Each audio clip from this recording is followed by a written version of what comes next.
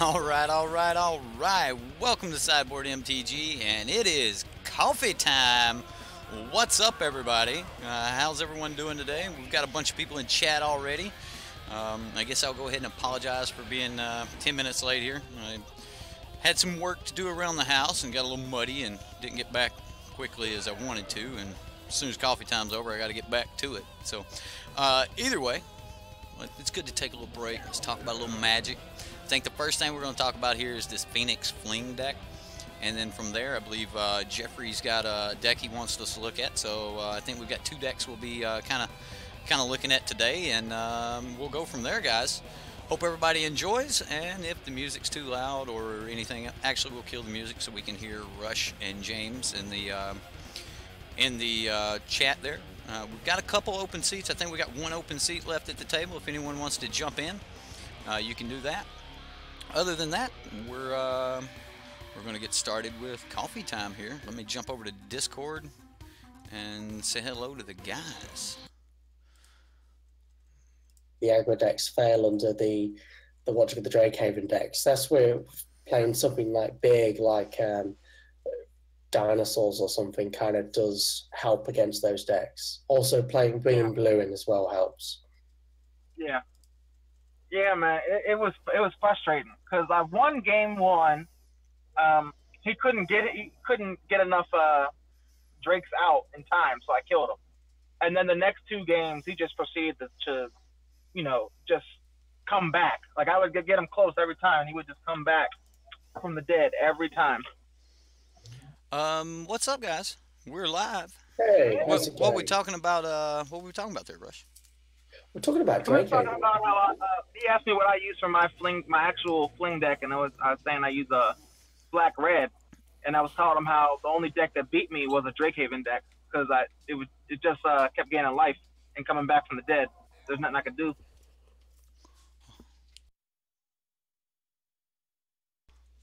Anyway, sorry about that. Yeah, Drakehaven's good, man. Like that deck was beating us or beating me pretty hard the other night, or last night when we was playing that green red. What'd you guys think about that green red Godpharaoh's gift? You know I hated that deck. You know I hated that deck, bro. It honest to God, I don't know why the servants were in there. Yeah, like it just felt funny. Like I thought it was cool to be able to see a different take on it. I actually want to try black red now. Like I want to try this red in like all the shells, but I don't think any of the shells will be as strong as the red blue. Like the red blue was just, oh my goodness, that deck was so good. Like, oh it man, was fun too. It was fun to watch. Like it was entertaining, just as long as, and I know you enjoyed playing it, but it was fun to watch as well. right? It's like, okay, I mean, the amount of lines that were available in that red blue deck were just so, like, that's what I love in a Magic deck, is to just give me all the options. If I pick the wrong one, that's on me, but at least give me the options to go through, you know. And when you have a deck that's like a singular mind deck, like the biggest one in Standard history that I can remember was there used to be this this Abzan mid-range deck when Siege Rhino was in the format, and that deck, I've heard about that deck. oh man, that deck, it was almost bannable. Like honestly, if we would have been in the time that we're in now, where Wizards has accepted that they are willing to ban cards the way they are, that deck would have got banned. Probably Anafenza would have got banned out of that deck. It was just so. What's turn 2, turn 3? What would it kill you? So it would play something like a Fleece Mane Lion or the Voice of Resurgence on 2 or something like that. And then it would turn 3 an Anafenza, and then turn 4 a fucking Siege Rhino. Oh man, I said that, didn't I? Turn 4. There it is. Yeah. Ah! Yeah. Hey, yeah. My bad. I've been doing construction all day. I've been hanging around the guys, and you know how that goes. You got me. Y'all got me. Demonetized. This is paid. This is never monetized anyway. You're not supposed to be anyway. Only the public thing. I know. I'm sorry about my mouth. My bad, guys. Chat's probably going wild on me right now. They're like, "Yep, he did it. He did it. He did it." Yeah. They're not gonna let it down at all. Oh, that might be the first. That might be one of the first F-bombs I've dropped. I don't know. I might have dropped one or two in the past, but anyway, You know, it's not the end of the world. You know. yeah. I try not to. So good, didn't it? No, it didn't actually. Now I'm all worried. I'm like, oh man. I know I'm gonna have one or two patrons that were like, "Yep, he did it." Yep. Anyway, but man, that deck was just all it did was it had this singular mind that it was just going to drop the most powerful 2-drop, the most powerful 3-drop. It was a curve deck. It just wanted to meet the curve, and its curve was so hard. Oh man, there was nothing in the format that could stop its curve.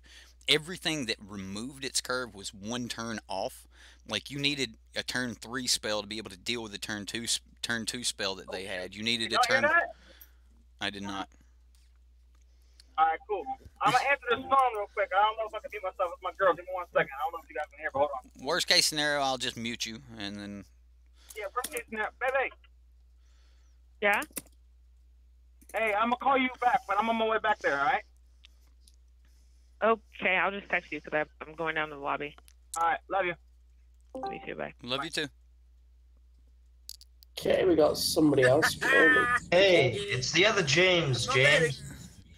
Hey, it's James C and James C. Hey, how's it going? That's James Carr. What's up, James? Nothing much. I just got home early from class, one of my classes, because it was canceled. Oh, well, nothing better to do than study a little magic then. So let's have a little class on some magic. I thought. Hey, Eric, can you hear me? I can. Okay, cool. Just didn't know if you guys can hear me or not. Just barely, but I can hear you. You can just you still got that back. Are you still in the car? Okay, the link is working now that we're live. I got feedback. You got feedback? Yeah, I'm hearing myself echo through you.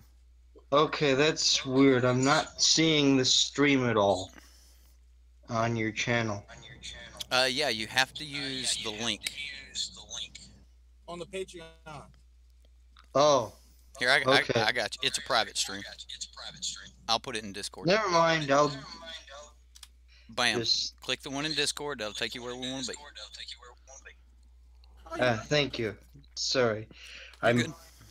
I posted it in Reddit. I'm a broke student, so I would support you if I had money. Understood. But I don't. Understood. All right. Well, we're going to pull up. I'm trying to pull up that deck that Zach's had built, but I don't see it anywhere. Where'd you say he posted it? I can just post. I'll just post a link. Give me a second. Okay. Meanwhile, I'm going to pull up Jeffrey's deck and I'll just put it together real quick.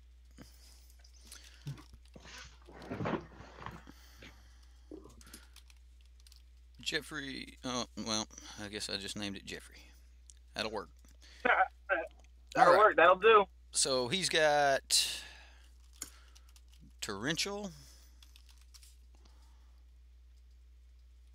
Let's have a look.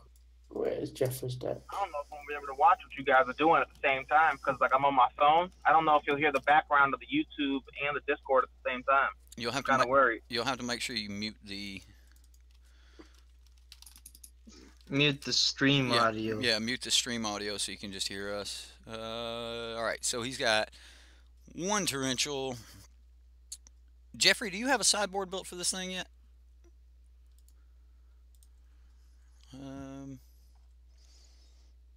Am I still going to run it? I mean, we can play a game with it. I mean, we can play a game with it if you want. For work. What is the deck? I don't know where the fling deck is, but Jeffrey. I just posted it in Discord. Okay. I was just pulling up this. Jeffrey just posted everything in. Jeffrey, I'm going to ask a favor of you. In the future, when you're posting these decks, just go to manatraders or any website and save that deck and just post the link so we can just download it. It would save so much trouble. Like, Yeah, I'm not so worried about the time thing, but it would definitely. Actually, I am worried about the time. Like the time is the whole point Actually, of it's it. not just that. It's also that it also really helps them. Anybody that does that to actually look at the mana curve of the deck as well, Right. and kind of assess the Man, deck. it's And so much Oh, easier, man. yeah, it also, at least for me, helps me try and figure out, am I having the right amount of colored sources as opposed to not, rather than just number of lands? Because sometimes when I'm looking at a deck and I'm trying to throw a bunch of 3-color cards, Your last semester at fall 2019. JC, Oh, you only had 9 units, right? Yeah. You don't have 12. But it really does help when I'm trying to make, let's say, a Jund deck, and I'm having a real hard time figuring out the right balance of the dual lands and basics. Right. Well, that's lands are never normally not a big deal for me to work with unless it comes to a desert deck. Desert decks, you need to really, really make sure you've got the exact right configuration of your lands. Um, and sometimes that's hard. Like if you're an Hour of Promise deck, you need about 11 deserts in the deck, and those need to all be a whole bunch of different stuff. Oh, that's Fatal Lore. I was like, is this a special art of Fatal Push? But no, it's Fatal Lore. Wonder what that red border is. yeah, sometimes well with I find with mana bases as well, you can tweak it, but you have to play it to see how the mana bases work, and then make tweaks in the Yeah, mana to that. what I've found is that 2-color decks really are not much of a problem when it comes to mana. It's once you start hitting 3 colors that you really gotta start thinking about, what are my 2 heavy colors? What do I want to hit? And sometimes that very much impacts what dual lands I want to put in. Yeah, man. I just make Eric do my land for me, or everyone else on the Reddit. Just say F it. I need a land base for this. Well, that's kind of what Coffee Time's all about. It's like somebody goes, "Hey," like Jeffrey was telling me on like I'm talking like he's not here, but Jeffrey was telling me that he was like, for the Coffee Time, maybe we should do a, like we pull up somebody's deck and we play it or something like that. Sometimes I'll play them, sometimes I won't play them, but that's kind of what the table's all about. Is if you got a deck you want us to look at, then we will. We can do that. Was it only 3 Fatal Push? I could have sworn it was. Okay, it was only 3. And then we got a Field of Ruin. Yeah, too many big things are running around that running 4 isn't good, but running 2 isn't enough. Are How you do I guys have looking at 7? Blue Black right now? Well, Is that what you guys are looking at? I'm just pulling his deck up here. Like this is going to be the deck Yeah. we talk about. Okay. I just wanted to make sure I was looking at the right thing. I didn't know if I was looking at something else or. No, you're good. And then we've got 9. Jeffrey, instead of writing islands, he goes 9 blue lands, 8 black lands. That's what I say. I say blue. I say blue. I love you, Jeffrey. I love you. That is great. You're like 9 blue lands, 9. I get specific when I start selecting my basics. Like I have my clear favorite basics that I own that I just use all the time. So DJ, your Jund deck, yeah, I tested. I posted back onto the Reddit. I actually tested that deck last night because I was interested. I made it. I posted a link back with some changes that I made. And I think the mana base deck is breaking quite a bit. Yeah, that's what I was on my mind when I was talking about it. I'm beginning to think that it might need Aether Hubs. Aether Hubs fixes a lot of the mana Aether problems. Hubs fixes everything, bro. When I get like I say F it, I just put Aether Hubs in. You just don't have enough sources of energy generation. Black mana sources. Yeah, I'm trying to figure that one out. I suspect it will get better with the new release. How do I Mana have? base at the very least. How do I own like half of these cards? I don't own cards. Like, is my You collection already growing? have a deck that's rented. Maybe it's Is my probably from the chest that you keep opening, man. right? Like, how is my collection just growing? I don't buy nice cards. people are giving them to you. Maybe your wife, maybe V buy stuff. Nah, she don't buy shit. Like, She just. Ah, there goes again. Yes. Oh, I don't give up. Like I don't give up. You're just gonna get raw. I You're gonna get suspect- raw kilo today. That's my That's it, that's baby. my That's last what I name, like. by the way. For those of you that don't know how to pronounce it, it's Kilo. I I thought it was like the kilo. weight measurement. Yeah, like the weight measurement, spelled different, but same thing. 2.264 That's really cool. pounds. Chart. Yeah, I like this deck. This deck looks really cool and interesting. It takes a lot of the aspects I like about blue and black and mixes them together. It's looking really good. It's just a matter of... See, on my screen it's really small. I can only because I'm on my phone. Is that a Nezahal I see? Yes, that is a Neza Hall. Two of them. Ah, that's There something you can play. are two of them. 2. Yeah, 2 Nizahals in this deck. Does he have any card in it? I almost think that right now the Scarab God isn't as good as he could be. 14, 15, 16, 17, 18, 19, 20, 21, 22, 23, 24, 25, 26, You talking about right now in the meta? Yeah, TJ, I or- think it's a little bit slow. Well, yeah, because the meta's changed. It's more aggressive now. It's Ye- way more aggressive. Yeah, that's why I'm not liking it as much. Okay, I put something in the main board that was supposed to be in the sideboard, it looks like. I don't know what I put in the main board that's supposed to be in the side, but... Alright, so the sideboard has 3 Dire Fleets, has 3 Scrap Heap Scroungers, has... This deck looks cool. Oh, the 2 Nezahals are supposed to be in the side. That Okay. makes a lot more sense Yep. because they're There pretty we go. bad in an aggro matchup. But in a mid-range or control matchup, they are great. Yep. Let's sort by converted mana cost. They're kind of like the blue Carnage Tyrant. They are. Like Nizahal is like if Nizahal would have had flying. I think Nizahal. I think, You know what? but it's a water. It makes sense that It doesn't have make water. sense. Right. I bet you they would have know given an what card island walk if that underplayed was and still a no one thing. That I would like to see played, that whale that produces energy that was like almost impossible to kill. Like Oh. you could not kill that whale. Oh Um, yeah, that I whale know exactly actually which got one you're talking about. that whale got played back when Aetherworks Marvel. was Aetherworks in- Marvel. Yeah, that was the other Aetherworks Marvel deck. But as long as Ulamog was around, no one was casting the whale.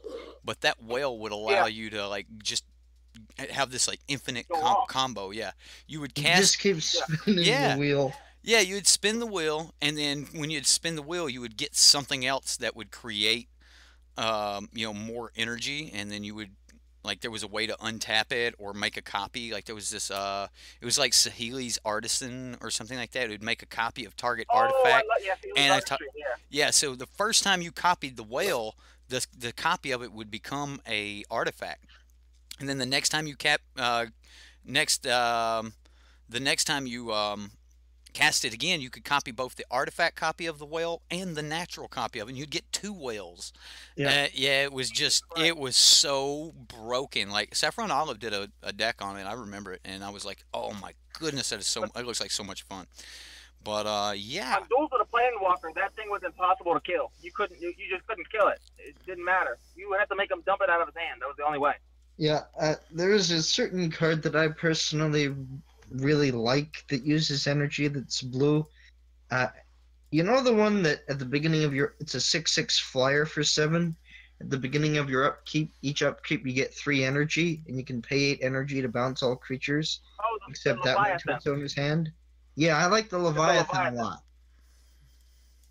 Personally, because back when Teamer Energy was a thing, I basically put it in my sideboard as a way to generate energy and be a mass removal spell for Thopters, a bunch of other things. And I get value because I get to bounce my Whirlers and my Rogue Refiners and all the things that get me value. Yeah. So I'm thinking maybe a blue-green value deck with that as like a top end might be a fun thing to build around. It might be. I mean, I kind of like blue-green, and I think blue-green is going to get a lot of help with the new lands. Um, like, Yeah. oh my goodness, the new lands are gonna open up all three color decks. Pretty much any. Oh, All I right, can't so wait. right now in the meta, we've got Bant, Grixis, and Esper have the best mana bases in three colors right now. And that's just because all the cycling lands just fit. Like you have two sets of cycling lands in Bant. You have two sets of cycling lands in Grixis. You have two sets of cycling lands in Esper. Esper. Right. So soon we're about to have more fast lands, like the fact that Sulphur Falls is coming back, stuff like that. Oh my goodness, that is going to be pretty- Those are the so ones that you good. just have one basic land or two basic lands, and it comes in untapped, right? No, it checks if you have a forest Yeah, or it's just going to island, check or for a basic forest or land island. type. Yeah, it's Yeah, that's what I'm saying. So as long as you have like a forest or island, you should be fine. right. Yeah. Yeah, so it's exactly like the current check lands we have, only it's the enemy ones. So Yeah. yeah, it's going to be like Dragon Skull Summit, only it's going to be the enemy colors instead of I'm buddy colors. super hyped. I actually think that Jund will be a thing, Yes, and then it can run triple green spells. and somebody's going to be able to run a real teamer deck. Like teamer is going to get a smooth land. Well, everything's going to have a smooth mana base now. Yeah, So, no, that's what I like. It feels like it's opening up options rather than sealing them away. right, It and feels then like we aren't losing anything, but we're just gaining a lot more. I'm praying that right after our current cycling lands rotate out, that they give us the enemy cycling lands. I actually would like the BFZ lands, Oh yeah, well, the enemy cycle of that. I have no clue what you guys are talking about. Battle but I for understand Zendikar what you lands. guys are talking Yeah. I love those. Let me just grab these cards real quick. about. All right. I've been staring at the screen. Was it frozen, or were you just like you weren't doing anything? You were I just wasn't doing anything. We're talking. Okay. You like Scarab God in your zombies deck? Yeah, we've got to talk about this zombies. Like, everybody's been it's asking a very about good zombies. tribal card. It's just a matter of it's not a great value card at the moment, as great as it was. At least in my opinion, it's a little bit slow. Like I can grind out. I'm sorry, but the Scarab God is not really slow. It's the idea of the card is you get to turn 5, you throw it down, and when you're on top of it, that's what. Right. kind You of- just Yeah. It's the same principle behind turn 2. Here's my glint sleeve siphoner. Can you answer it? No. Yeah. This is about to get bad for you. Turn 5. Here's my Carnage Tyrant, or not. Here's my Carnage Tyrant. Here's the Scarab God. Can you answer this? Okay. Well, then that's game over. Let's go to the next game. I mean, like, it's not that it is slow. It must be answered on the spot. Yeah. Go ahead. Yeah. And you got If it was any faster, it wouldn't really work. Yeah, I think you're right. Maybe I'm making mistake then in my snake deck of running a copy of that and one copy of Verdurous Gear Hulk. And I should just be running 2 copies of Gear Hulk instead. Well, I definitely think that in a deck that is going to run the Scarab God, if you're going to run it, never be afraid to fire it off unless you're just staring at a counterspell. I mean, if you know that you're just staring at a counterspell, fine. But if you throw it down and it takes a Vraska's Contempt, then it's just going to take a Vraska's Contempt. That's just what's going to happen. I've had games where I've drawn it and it's felt like it's done absolutely nothing. And then I've had games where I've just ground through people. Oh yeah, and that's kind of what the Scarab God does. I mean, if he hits the battlefield and you untap, then it's over. But if he hits the battlefield and they have the answer, then, well, you card for carded them. Let's move on to the next card, you know? Yeah, If what you I think I might do is I might move this. You make it a lot worse this upcoming set in Dominaria because of that dude that makes you let you play legendaries with flash. Oh, So you might be able to play him, like flash him in, and then boom, untap. Yeah, And then, you know, Teferi is going to make it's over. Esper a thing, dude. Esper is going to be a serious mid-range deck that we all have to worry about. Yeah, like, it's going to be real. But Like, Yeah, like yeah, I'm actually worried about what Esper's going to do because they're going to be like, here's Teferi. I mean, even Oath of Teferi is just broken it's good. nasty. Yeah, I mean, I'm thinking people are gonna put the Teferi and Dovin Bane. Dovin Bane's so underrated. Like he's probably one of my favorite planeswalkers that doesn't get played. my favorite planeswalker that barely gets played is Liliana. But she does get a little bit of play. Like she's good enough that if a lot of people are like, I think I can take this other spot, and I don't know. From my experience, it's Nissa Vital Force. But Which I one's that one? The think blue green? it's no, it's the 5-mana mono green one. Oh, that one is nasty. With the make the land 5/5. Yeah, Yeah, pretty nasty. she did great for me at Amon Kit game day in my game store. I got second. Just like I got second at the. She was also pretty useful at the Aetherable game day, which I got second at. I'll tell you another planeswalker that's underrated. That's Samet. Yeah. I was just Yeah. gonna say. Yeah, I was Samet. just gonna say the black girl. The issue with the thing about Samot, she's not great on an empty board state. No.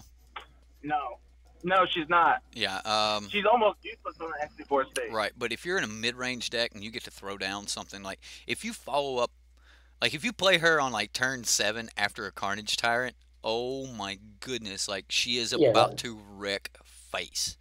This is going to be a good, oh my goodness, this is going to be so good. All right. You see me try to drag the land up and drop it? Is it still that blue-black deck? Yeah. Yeah, I'm going wondering how downhill you with feel Colorado. about the Jun Dragon, the Jun Legendary Dragon. I don't know what it does. The one that resurrects itself? It resurrects itself. It's kind of weird how the wording is. It's Like if it has a counter on it, it can come back. But if it doesn't have a counter, it can't come back. Something like that. Does it come back? Is it a Marchesa ability? Does it just have Marchesa's ability on it? if it would die, Marchesa instead is. exile it with 3 egg counters on it at the beginning of your upkeep. If Daragaz is exiled with an egg counter on it, remove an egg counter from it. Then if it has no egg counters, return it to the battlefield. And it's a 7/7 flying trample haste for 7. Isn't there another card that can like be cast from exile or something like that? Yeah, squeeze. Squeeze. Yes, That's Squeeze it. the one you're thinking Yeah, of. Squeeze the one that you just cannot get rid of. Like Squee is coming. No matter what, doesn't matter. Well, But I'm thinking that I might want to try and assemble blue-red wizards just because it seems fun. Blue-White Wizards is going to be the new aggro deck. Besides, One of White them. Green will too. I'm going Actually, to try and though, make a I think that red-green just gets crazy. Grand Warlord Radha, you know, the elf guy? Yeah. Gets crazy. What we really need right now is a fireball in standard, and we're good. yeah, and instant speed. Yeah, instant speed X burn would be terrific. You see this poor Adanto? This poor Adanto. I hate that card. Bye-bye. Yeah. Bye-bye. Farewell. Taco. Yeah, I really hate like that the card. cartouche The as guy's a probably going to give it indestructible as well. I love You go Warkite to hell, Marauder Taco. and the Black Cartouche. They are so You go to good hell, together. Yeah, Black Cartouche also goes great with Bristling Hydra from my experience. Mm-hmm. The Absolutely. black cartouche goes good with anything, man. Like literally, it doesn't. You can name anything. You can name a scorpion. I'm like, all right, yeah, that's cool. Yeah. Like it doesn't matter. Great. Put it on the Scarab God and just start swinging. Yeah, Yeah, nobody's why gonna like that. Who wants actually- to stand in front of a 6/6 with lifelink? Yeah, I actually have it in my sideboard for my snake deck against aggro decks. Because the rate of exchange for Cartouche of Ambition is really bad for aggro decks. And I've noticed that a lot of decks are more low to the ground now that there are less Thopters around. Yeah. Well, people are not playing Whirler or Virtuoso as much. I think Whirler is actually picking up a little bit more speed now that everything's becoming more aggressive. So I would even start putting Whirlers back into my Grixis deck. What's Yeah. up, Zax? Got ACT score back today. Kind of scared to open it. Well, Zax, Open it, you punk. you want me to open you? You want me to open you up another seat so you can jump in chat here and you can open it and tell us how you did, Zax. Like, I'm excited to hear. Are you going to be able to go to Are you going to be able to go to college? Are they going to let you in college? They better be. I mean, you're a smart mind. Well, Yeah, man. Yeah, bring Zax in. No matter Yeah. what it is, I'm practicing, Zach. Just don't play control anymore, and we'll be good. Zax, I'm going to open you Yeah, another seat instead here. he'll play Yeah, I don't mono think blue Zax approach. is not going to play control. Because I know Zax would be the guy that would play mono blue approach. Oh, all right. Hey, how's it going? What's up, How's the Zax? game? Let's see how this goes. All right, he's opening it up. Here we go. It opens from the left. Okay, that's weird. Not 31. Okay. You got a 31 on your ACT. Yeah. What's the That's max? good. Max is 36. I Yeah, I believe. was going to say. I only took one ACT in my entire life. Yeah. And that, Ah, yeah, I just got killed. I was the crazy person that What decided. is an S? What is an ACT? ACT, Sorry. it's a test to get into college. Basically, And so Basically, 31 is good, Zax? 31 is pretty good. that's pretty good. That Excellent. if he Yeah, would That's if he better would than what the hell I got. if he would have got like maybe one more point, he probably could have got like paid scholarships to go to Yeah. places. I made a 27 in the 7th grade. There you go. What happened? Duke University gave me a scholarship, and I turned it down. Oh, you went to Duke? You turned down Duke? I did. I turned down Duke because I got a pickup and started dropping out of school, and yeah, I made some bad decisions as a teenager. I So mean, where are you going to apply, Zax? Or what do you want to study? wife. I'm just gonna end up going to one of the local colleges that offers industrial design as a major. Industrial design, okay. Yeah. I was just lazy and went to my local junior college, which is pretty good. And then I'm going to a local university right now, which is cheap. Yeah, that's fair. Zach, Cheap is look good. up University of Pittsburgh. We're the #1 school in the Northeast. Nah, I'm okay. Oh, you could tell. I mean, Zach, are you from Nah, the I'm West? okay. Just to clarify? I'm okay. No, I'm from the Midwest. Oh, that was good. Where Nah, are I'm you okay. from, Zax? The That's it. Midwest. So like the Indiana, Wisconsin, that kind of area. Okay, Zax, that makes 31, sense. dude. That is really good. Yeah, Like- I mean, I was hoping for better, but Well, you You know. should be able to get into damn near anywhere you want to get, man. I mean, Alright. I only really needed like a 25 to get into where I'm trying to get into. Well, if you're trying to just go to a state college, yeah. Yeah. But I mean, 31 will put me higher on the list. So That's good. That's great. yeah. Does that mean you could potentially get a scholarship for that? Or you could apply for I mean, scholarships? maybe. I don't know. I don't know. Yeah, I understand. Getting into colleges. My brother, on the other hand, is a little bit more ambitious, I will say. For as late as back as I am, he's a biochemistry major at UCLA, Oh, Holy shit. and he was valedictorian as well for his high school. yeah, we don't have valedictorians at our high school. Yeah. But, yeah. What is this deck you're playing against, Eric? Green I haven't white been paying tokens, it attention looks because I'm like. not trying to die. But what deck are you playing? It looks like green white tokens, probably green white Whatley of some kind. I don't know what he's even playing. Oh, no. I You don't think guys this is actually can't green hear me, white. can you? No, No, I can Oh, hear you. no. It's green, white, as sin. It's Yeah, that makes sense. ascend, and then everything makes tokens so that he's ascending. Survivor encampment, tap an untapped creature you control to make whatever color mana. He's probably like a whole bunch of different colors. So Probably a whole bunch of different colors. Probably somewhere in there a Whatley. I'd probably put money on there being a Whatley in here. Yeah. Because Whatley why is not a with those good colors? card. Yeah, All those creatures do it as well. now, I have an idea for you guys. I want to know what you think. Mono blue approach. All right. How do you there produce any? white mana? Yeah, I was gonna say that. So, basically, what you do is you run as many blue-white dual lands as you can, and Aether hubs, and the rest are all islands. So why? All right. So I'm gonna say no. with every Absolutely not. No. every deck, I want to ask this question first. Yes. Why do you want to be mono blue when there's already blue white approach that is a good deck? Why do you what is the benefit for just being mono blue?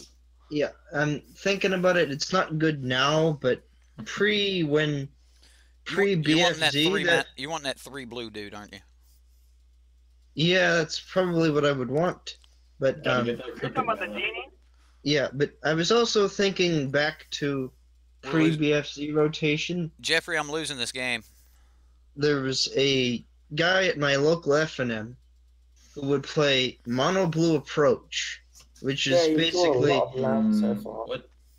so we Mono blue basically approach had previously? a lot of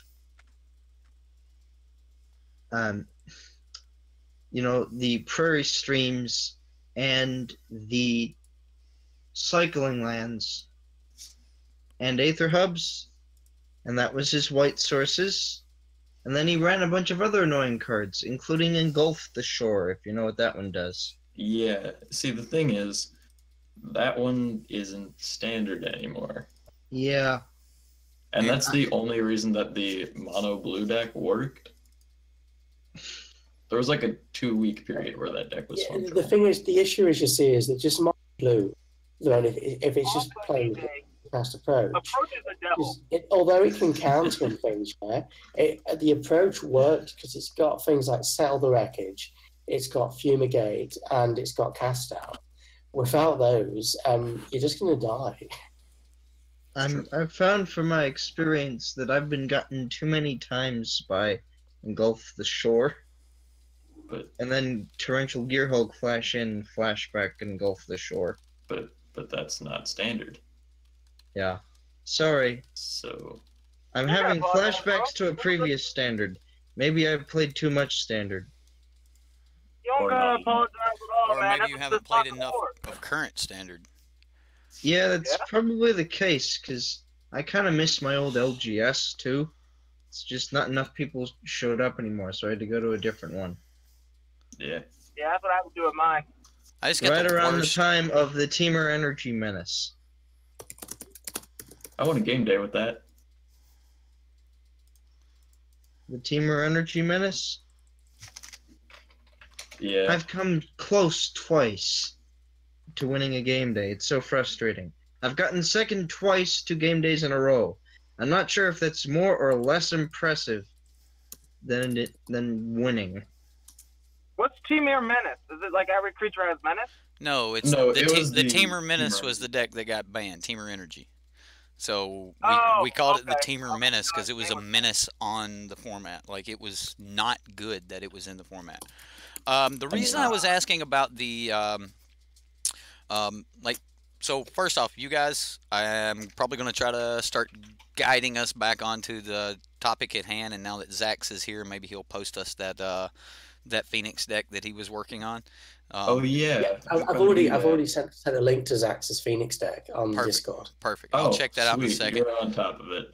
But I want to talk a little bit about the deck that we're playing with. We've kind of been all over the place here, and Yes, we have. Yeah. you got mana screwed last game.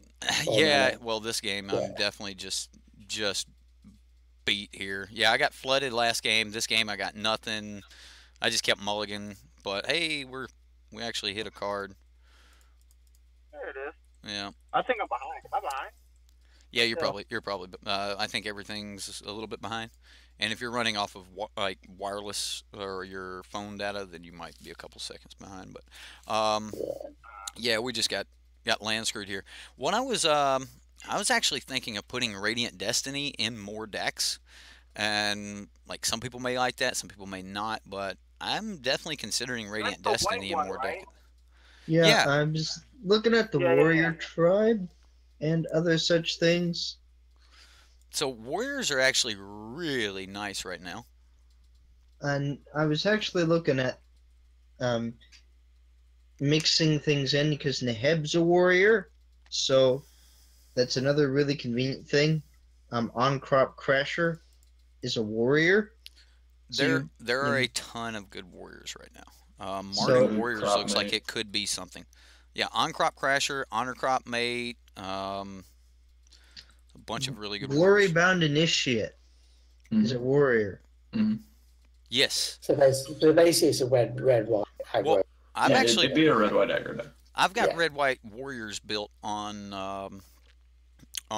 Arena, and I've actually been doing fairly well with it. It's kind of the build that I took with it is a build on Radiant Destinies with warriors and Pride of Conqueror, and then Any ores? it's got a bunch of auras in it. Yeah, absolutely, all the cartouches. Sounds like my deck. Yeah, it's not that bad. I've been winning some games with it, so let's see if we get something here. Also, I'm not quite sure if this works, but if you attack with a Is he down? Tillanolly Skin Shifter Cool. and a Come here. Combat Celebrant, You get cannot two exert combat your skill steps. shift. You get Somebody just leave. So basically what happens is you can exert the combat celebrant if you want, and then the skin shifter will become a combat celebrant, and you can exert that the next combat and then get another combat, but you don't get two immediately because you can't exert it as Okay. you're copying the combat Okay, celebrant. that makes sense. Because it has to be when you exert, you already basically get into combat. You have to when exert as you declare attackers, and it's Yeah. also a triggered ability, so it doesn't exactly line That's up right. correctly. So I actually think favorable winds would fit good in this deck. Like I think this deck needs an anthem of some sort. Like just making all these dudes a little bit bigger seems great. I like what you did here, Jeffrey, with trying to run something on like Justin Clay's. I'm about to mute you, Rush. Go ahead, because I'm walking into my house, but I'm coming up. Give me like 10 seconds, then unmute me. Okay. Where do I mute him? User. Just volume. right click on his I'm about to name. be in my- and, like, nah, it's not worth it. Anyway, That's not what I was Yeah. saying, but okay. I have no clue. What are you guys talking about? No, I'm just laughing at Rush. Sorry. It's probably not even worth it to unmute him at this point. No. I don't think you can really. He can figure it out. He'll figure out how to unmute it. Well, Um, I mean, he's Yeah. not muted. He is. I was muted. also I'm muted. I've him. also been Well, he's muted playing for you. around lately with Right. Oh, so you guys can hear him? Yeah, we yeah. can hear him. Okay. Well, stream can't hear him, so. All right. All right. Yeah, there we go. All right, he's back. Yeah. You guys, I tell you. All right, so let's play this next Siren Storm Tamer here. We just keep playing Lookouts. I don't think leaving's gonna help. You can't kill me, Eric. Not yet. He can't. Someday. uh, When we hit 100K, I'll make sure to mute you. Yeah, see, 100K, and then Channel Zillow comes out. Dillo, sorry. How about we don't? That really bugs you, doesn't it? Sorry. I like. hey, See, the thing about we that, may be a long way from 100K, but Dev has made it to 80K in about 3.5, 4 years. I watched Dev jump from about 25K to 50K in about a 6-month period. Once he hit around 25, it just went crazy. Yeah. Exponential growth is real. Yeah, and then so the bigger you get, the bigger you start getting.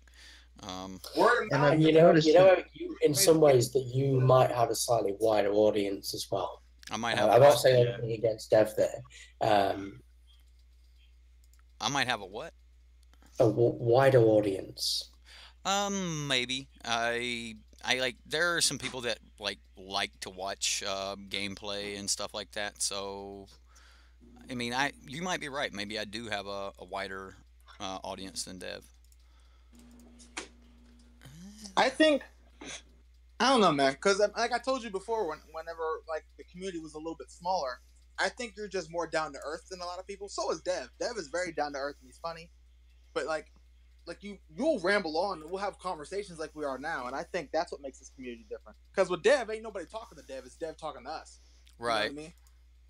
It's different. Like I'm talking to you like you're y'all are my friends. Like we're just having conversations. Like we're supposed to be talking about Phoenix deck, and we're sitting there talking about Dev. Like but it's cool though. Right. Well, that was what Coffee Time was really supposed to be. It was supposed to be the table. It was supposed to be, you know, hey, your friends show up and say, hey, man, I've got this deck. I want you guys to look at it. And tell me what you think about the deck, you know, and maybe we'd play it, maybe we'd just theory craft on it and things like that, and that was kind of what I wanted out of like these Discord conversations, and to have them where you guys could go back and look at them and talk about them and things like that. That's what I wanted. So I'm glad that it's actually starting to be that way. So that's pretty cool for me. Like I'm enjoying that the show is becoming exactly what I originally wanted out of Coffee Time. Like Coffee Time is, we're having a lot more people that are wanting to take part of it, and like I hate to say this, but, you know, about James Carr, who's here right now. Originally, like there was just not ever going to be anyone sitting at the table that wasn't a patron, but like we're also not at the point where I can be strict on that. Yeah, so, sorry about that. No, you're good. You aren't doing anything wrong, sir. I promise. That's one of the things, is I'm very much a rules follower. That's why I asked first, because I knew what the theory behind Coffee Time was. All right, well, we're at 1, and remember, folks, 1 is not 0. I mean, it can become 0 very quickly. Right, so we have to have 1, 2, 3, 4, 5 blockers. 1, 2, 3, 4, 5.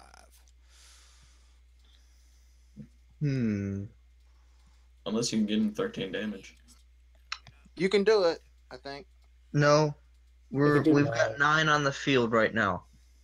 Oh, okay, well then it was a joke.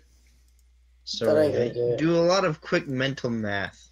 So the mental math I'm showing is we trade Siren Storm Tamer for the big guy, or I put Siren Storm Tamer in front of Sacred Cat and trade a Siren Lookout for the big guy. I think I can get away with that, like, and may actually kill Pride Sovereign if he swings. But if he gives me just 1 or 2 more like even a cartouche would just change everything right here. Absolutely. Oh, man, that hurt. That hurt right there. Dead. What has happened? He just Pride of Conquerors. Oh, okay, there's a delay on this. It's weird. Yeah, he Pride of Conquerors on me. So now I have to. You have to block everything. Yeah, I have to block everything. A card that I think might see more play now that token decks are becoming more popular is Golden Demise. Golden Demise may become really big, actually. I think it's actually a really good card. Yeah, Golden Demise is good. Golden Demise is good. Yeah, I like it. Yeah, absolutely. That or expertise. Especially how easy it is to get to Ascend now. Like I remember people were so worried that Ascend, we just that third. Like people get to Ascend so quick, man. Oh man, yeah. Well, that's gonna be game. We drew another land. I mean, we were on what, a Molda 3 this game? Yeah, that was Molda 3. So we did pretty well then. The fact that 2 games where you basically got flooded. Yeah. So let's go talk about this deck. First thing I want to say, Jeffrey, is Torrential Gearhulk main board for 1-2 spells. I Oh wait, don't like 5 it spells. here. I'm sorry, you can get back a Fatal Push. It's a really powerful card, but if you don't have stuff you can really flash back, like Glimmer of Genius, Vraska's Contempt, it's not worth it. Yeah, I would rather be paying 6 mana and getting a 5/6 and removing something rather than just negates what is Jeffrey? What is hostage take? Just to steal people's creatures and grab them and cast them? Damn right. All right, so we've got no double black, no double blue here, so I'm going to cut 1, 2, 3, 4. If you don't mind me saying so, I actually think that Ruin Raider looks good here. I like Ruin Raider, especially since we have Cartouche. But I also like Grasping Dunes in this deck. If you're only going to stay in 2 colors, I think you can afford to have Grasping Dunes. So basically you're a 3-color deck now. You're blue, black, colorless. And you'll be able to make do with the colorless lands, I think. You might want to cut one of these Grasping Dunes and go back one more. Really? I don't have... Do we not have any cycling lands in here? No cycling lands. He doesn't have any of the cycling lands. He doesn't have any of that. But this Grasping Dunes is going to be really good because you can sack it to your scavenger grounds, or you can just sack it to itself for it and 1 other mana to put a neg-1/1 counter on a creature, and then when you swing with your Warkite Marauder, that creature's going to become a 0/1 with a neg-1/1 counter on it. So it'll lose all of its abilities, but it's going to maintain the counter. And when it maintains the counter, it just instantly dies. So you can go, Hazard's got a neg-1/1 counter on it, swing, he loses all abilities, he's a 0/1 with a neg-1/1 counter on it, state-based effects take place, he's gone. So like as soon as the ability resolves, they won't have a chance to respond to it. Like, so state-based abilities will check before priority is passed. So immediately after this resolves, Hazard's gone. They can't respond to the spell resolving. So that's why I like Grasping Dunes. Grasping Dunes works just like your Cartouche of Ambition, which will do the exact same thing, and I know you're already used to that because you had the Cartouche in there, so it'll give you another neg-1/1 effect. We're going to be looking at the Fling decks in just a second, but I moved your negates to the sideboard along with your Torrential Gearhulk, and I'm going to bring your Essence Scatters in main board. Go ahead. What? What? What? What happened? You tell me. Could you guys? Someone was trying to say something. Can you guys not hear me? No, we can hear you. We can, but there's a long pause. I didn't know what was going on. Well, No, I think somebody was going to say something and they decided not to. It was just silence. And that was basically what happened. Gotcha. Anyway, if this doesn't define Magic players in general, I don't know what does. Right? Like, this is the epitome of what Magic players do. Like, we stand around, we talk, we argue about things. No one's going to have the same idea, and that's the beauty of it. I mean, I was talking about the awkward silence, but Yeah,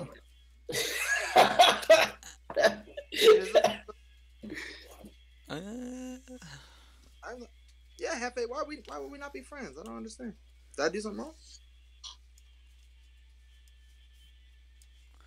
So I think the deck would run better like this.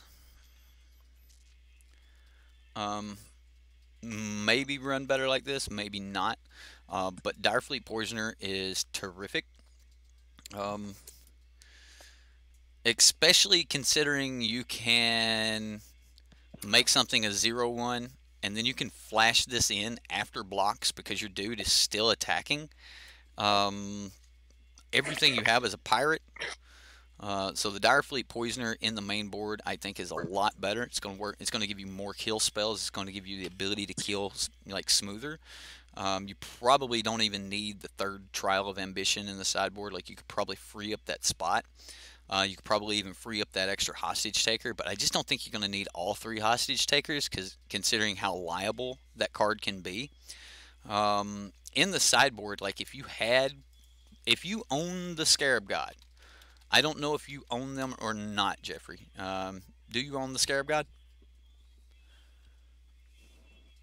I know he's in chat. He might just be. Look. Yeah. I'm going to say if you own the Scarab God, I would at least put 1 or 2 in the sideboard somewhere. And you could... Okay, so you don't own the Scarab God. Then Nezahal is going to be fine.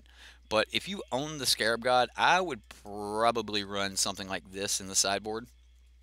And, yeah, I think that if I really had to say that, you know, hey, here's a deck for you, my Pirates deck, which is really, really close to what you got going on here. This is my Pirates deck, and I do run 3 hostage takers like you were running, but I also run Curious Obsession. I really, really value the ability to draw cards. I do like the Cartouche of Ambition when I'm running Warkite Marauder. You'll notice that I went all out with the Grasping Dunes, but yet I also went all out with the split lands. Like, I really like the Fetid Pools and things like that, and I've had some fairly good success with this little deck. Fathom Fleet Captain has been one of the cards that really, really, you know, pushes the envelope for me, because I love being able to add more to the board without actually spending a card. I'm okay with spending a little bit of mana, but when I am putting permanents down without it costing me a card out of my hand, that leaves options in my hand to deal with other things. And I think that's really, really important for creating board advantage.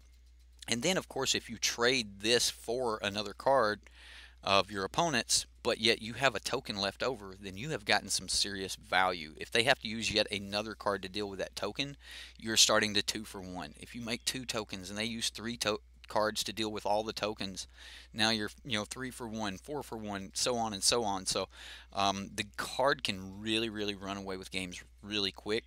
So if you're going to sit around and test, I don't know if like you and Justin Clay test or not, but if you're going to sit around and test, grab you a couple of these Fathom Fleet Captains. I think they're like 25 cents a piece, maybe $1. Grab you a couple. They're bulk rares.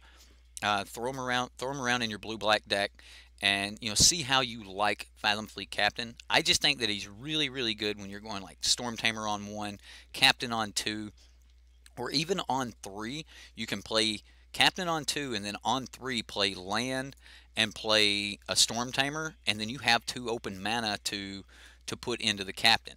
Also, something that a lot of people like forget, the Captain... Discord can't hear me? Oh, I'm sorry. What happened to Discord? Discord? Hello? James? Zax? Looks like DJ is queued up. DJ, can Discord hear me now? Hello? Hello? Hello, hello, hello? Can chat hear me? Like, can you guys hear me on the stream? Hello? Yep, you guys can hear me. Discord, I'll restart Discord here, and we'll go from there. But yeah, give me just a second. I'll restart Discord. But anyway, like I was saying about... yeah, let me just remove that. Open Discord back up. But what I was saying was... oh, man, I don't want... I typed Discord wrong. What I was saying about this deck, though, is just, Fathom Fleet Captain really allows... like you to add a lot to the board. So if you're playing around with Fathom Fleet Captain at all, like, I definitely think that it's a good card to put in your Pirates deck. Yeah, it doesn't have flying, but the menace is really, really good. And when you're turning things into 0/1s and stuff like that, that's awesome. Especially if you put like a Curious Obsession on it, and then they block with a 1/1 and a 0/1. That you're going to live through that. There's no real way to give first strike to any of this, but like earlier, James Carr was talking about, Ruin Raider would look good in this deck. I thought so as well, especially when we took the Gear Hulk out and put it in the sideboard. I'm going to say that you own a Gear Hulk and you really like that card and you threw that card in because you own it. And I'm going to say that's probably wrong in the main board. I wouldn't just put Gear Hulk in the deck. But another thing I would do to this deck is probably cut a land. You'll see in my Pirates deck, I actually went up on land because I planned on sacking most of my lands pretty regularly. Like one of my main kill spells is Grasping Dunes, but I also run the 3 Fatal Pushes. I run the Kite Self Rebooters. I run a lot of the same cards you were running. However, for my main board counter, I just went with Lookout's Dispersal. Worst case scenario, it is better than Mana Leak.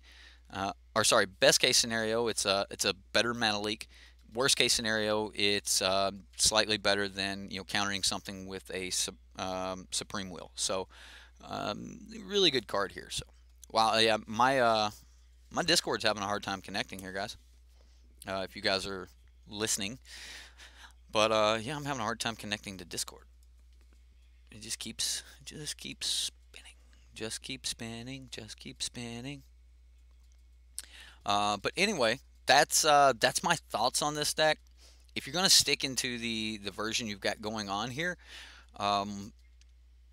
you might want to cut some lands if you're not going to put the Grasping Dunes in. If you're going to put the Grasping Dunes in, then you're okay with flooding out a little bit because you're going to be able to sacrifice these lands, and that's kind of okay. But if you're not going to have like the cycling lands and you're not going to have lands that you can actually get rid of or get use out of, then you're probably going to want to cut down to 23.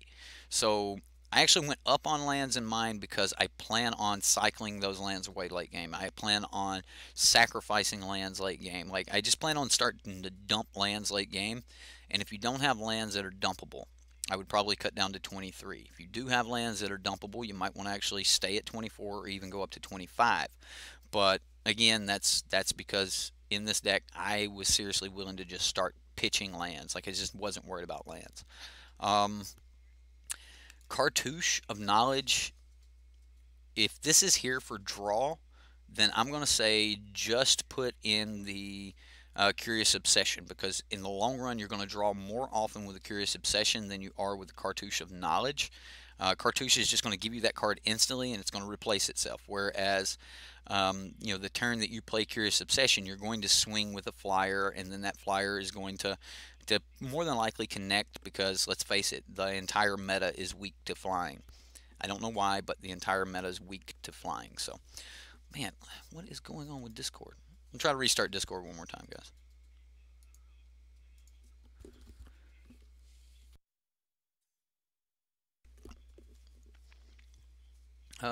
You shut the entire app down for a few minutes before work? Okay. I can try that.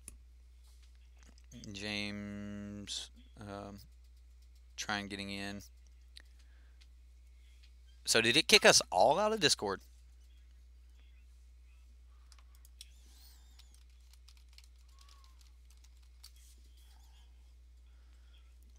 Alright, well, I'm going to try to open Discord up one more time. Summoning unnecessary dramatic encounters. Discord. So, we'll see.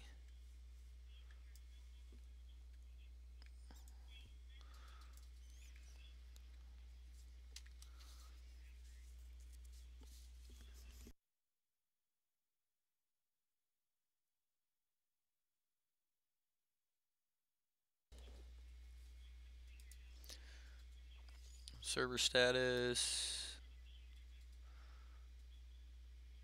Major service impact. Investigating Discord is experiencing a large server impact at the moment.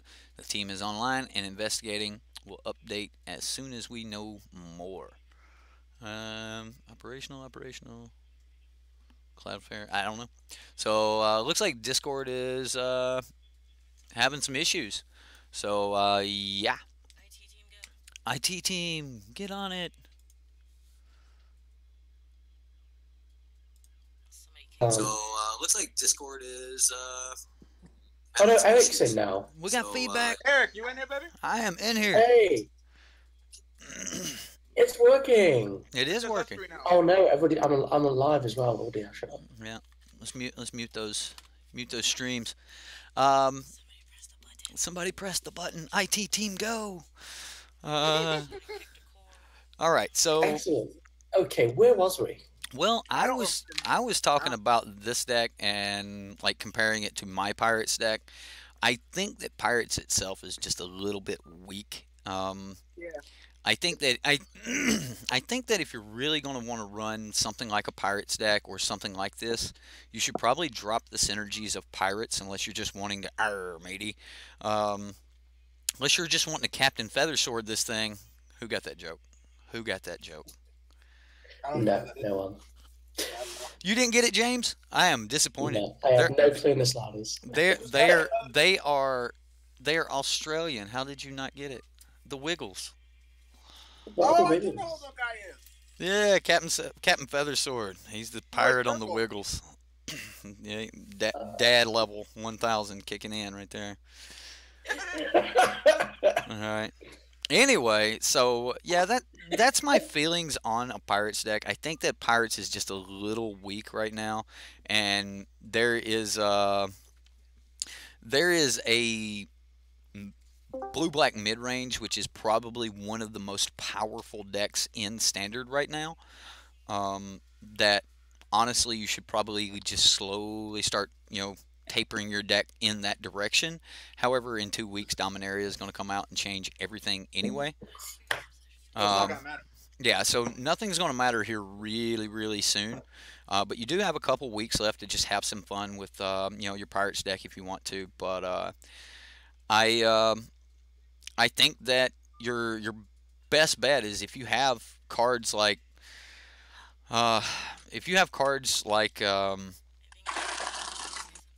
Aetherborn, Gifted Aetherborn, and things like that. That's where you want to be. But then again, if you don't have the Scarab God, then you really can't be running the blue-black mid-range decks, and you're probably honestly better off.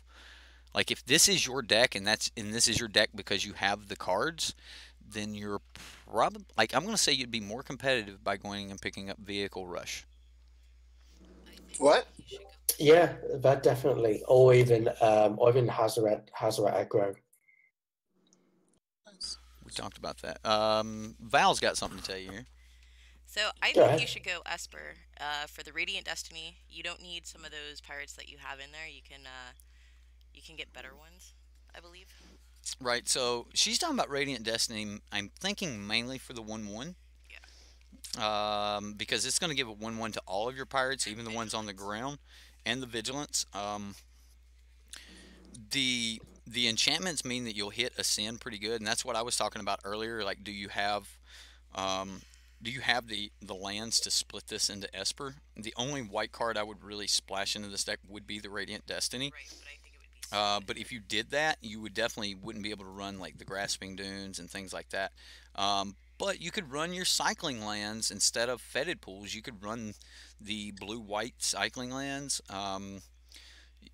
Esper has you could run a split of blue-black. You could run, some. White would almost be like splashing blue into the red-green dinosaurs deck. It would be almost free in the deck. I mean, if he So. land 5 mana, then the banner wouldn't be bad. Right, and the banner would not be bad either. If you don't want to splash into white, I think the Anthem from the Favorable Winds would be good. Especially if you're not running like the Fathom Fleet Captain and you're going to stick with all the flyers that you had, then I think the Favorable Winds would be good. But if you start dropping down on the ground with like Fathom Fleet Captain, Ruin Raider, and things like that, like one of the reasons this deck was decent. And this deck won a PPTQ. Like I didn't actually build this, but this deck won a PPTQ in Arizona right before I left. And the deck was sent to me by a buddy of mine named VP that run our LGS back home. But anyway, well, not back home, but back in Arizona. But Val's like, we are back home. But Favorable Winds would be good in your version, where you have a lot more flyers and even the things on the ground can be brought up into the air. So Favorable Winds would be good. Like if you just want to stick that in here, I think that you could probably just drop Cartouche for favorable wins or something like that. But like everything you have is already flying, so you don't really have to worry about it. The only thing you would have that wouldn't be flying is your kill spell here in Direfleet Poisoner. And like let's not sugarcoat it. This is a kill spell. Like, it's on a body, but it's a kill spell. You know, Yeah. like Direfleet Poisoner is just so versatile. It's like, oh, you're gonna block my flyer. By the way, it has Death Touch now. Oh, you're gonna Hey. swing at me with that Carnage Tyrant.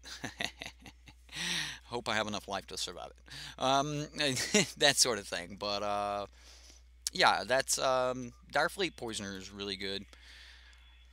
Trials of Ambition is good, but I don't know if Trial of Ambition's like overly good here. I know that you've got a ton of cartouches and stuff to just bring it back and get multiple uses out of I it. would. But when are you going to have enough mana to really do all of that? Most games are being settled by about turn 4 through 6. Like the decisions are already made by about turn 4 through 6 right now. The meta is extremely fast right now. Blue red just sped everything up a lot. Like right now, you don't have the time to wait for Vraska's Contempts as kill spells. Everyone is trying to get way ahead of Vraska's Contempt and things like that. So I think that your deck is going to need to be fast, and I really think that if you can afford it, turn 1 2 power creatures or 2 toughness creatures are more important than they have ever been. Also, with the number of I call them Mog Fanatics, but Fanatical Firebrands in the format, I don't think that you want to be playing anything that is a 1 toughness unless you're in that deck that is just okay with their stuff dying. Like Fanatical Firebrand. I keep calling him Mog Fanatic. Give me just 1 second. Mog Fanatic? What is that? I'm pulling it up. I'm going to show you guys. I'm going to show you guys. This is Mog Fanatic. Yeah, I know this one. 1 mana, 1/1. Sacrifice Mog Fanatic. Mog Fanatic deals 1 damage to target creature or player. Fanatical Firebrand is almost better because you can swing on turn 1, but then you can't sack it. So like, this is why I call Fanatical Firebrand Mog Fanatic, because like Mog Fanatic's a real card, dude. Like this card, it does things, and Fanatical Firebrand does things. So, yeah. Where's Best part? Go ahead. It's a goblin. Yeah, it's a goblin. It's you play it, ping something instantly if you want to. Fanatical Firebrand can swing, but yeah. Those are my thoughts on the deck anyway, Jeffrey. I hope you can take something away from that, but did Eric name Lincoln after my guy crush Matthew McConaughey when he started making Lincoln commercials? No, I did not. No, I did not. Mommy named Lincoln. I was allowed the middle name, and Mom picked the first name. First name. Yeah. So, yeah. That's why he has almost my middle name. My name's Eric Bonkilo with 2 N's, Bonn, because my mom wanted to add an extra N to my middle name for some reason. I was supposed to be named after this. French. Well, I was supposed to be named after this singer. Some of you guys might have heard of him. His name is Bon Scott, lead singer for AC/DC. Nope. All right. Well, anyway, if you never heard of AC/DC, then like get out of whatever hole you're living in. You didn't know the name. But anyway, yeah, Bon Scott, my 18-year-old brother named me, and it was supposed to be B-O-N, and my mom wrote on the birth certificate B-O-N-N. So it's just kind of been this joke my whole life. So when Lincoln was born, I said, I want him to have my middle name, but I want it to be spelled right. So he's kind of named after Daddy, kind of not. He got the name Dad was supposed to have. Anyway, that's the story behind Lincoln's middle name, but yeah. Honestly, if you want to know the Lincoln that he was named after, there's a TV show called The 100. Oh, okay. Yeah, I liked that. Well, do you remember Lincoln on that show? Yeah. That's who he is named after. That's such. It's quite a modern name though. And Abraham Lincoln, one of our forefathers. Like we just really liked the name Lincoln, and we started hearing it a lot. And Everyone wanted to call him Link. and Vanessa wanted to call him Link as a nickname, like Link, he come to town. Yeah. But anyway, um, that's where Lincoln got his name, and this is why I keep calling Fanatical Firebrand Mog Fanatic. It's a really good card. That's all. It's just a really good card, and Fanatical Firebrand is like basically a reprint of Mog Fanatic. Yeah, it's also a great hit off Vizier of the Menagerie. Vizier of the Menagerie. You know, I have had people ask me about that card. I can't even spell Vizier. I don't mean to cut y'all Vier. off, but I just did something phenomenal. I What learned did you how to do, Rush? upload a picture on Discord. It literally took me that entire time that I've been gone. You're welcome. Proceed. How you spell Menagerie? Menagerie. So what did you get? What did you get? People ask you about Vizier. Well, people are just like, hey, can you run a Vizier of Menagerie deck? And I just haven't yet, and I probably should. I think it's a good. It's basically when it enters the battlefield, you can look at the top card of your library at any time. That's at all times. And then if it's a creature card, you can cast that card. Yeah, he's a 4-mana 3/4.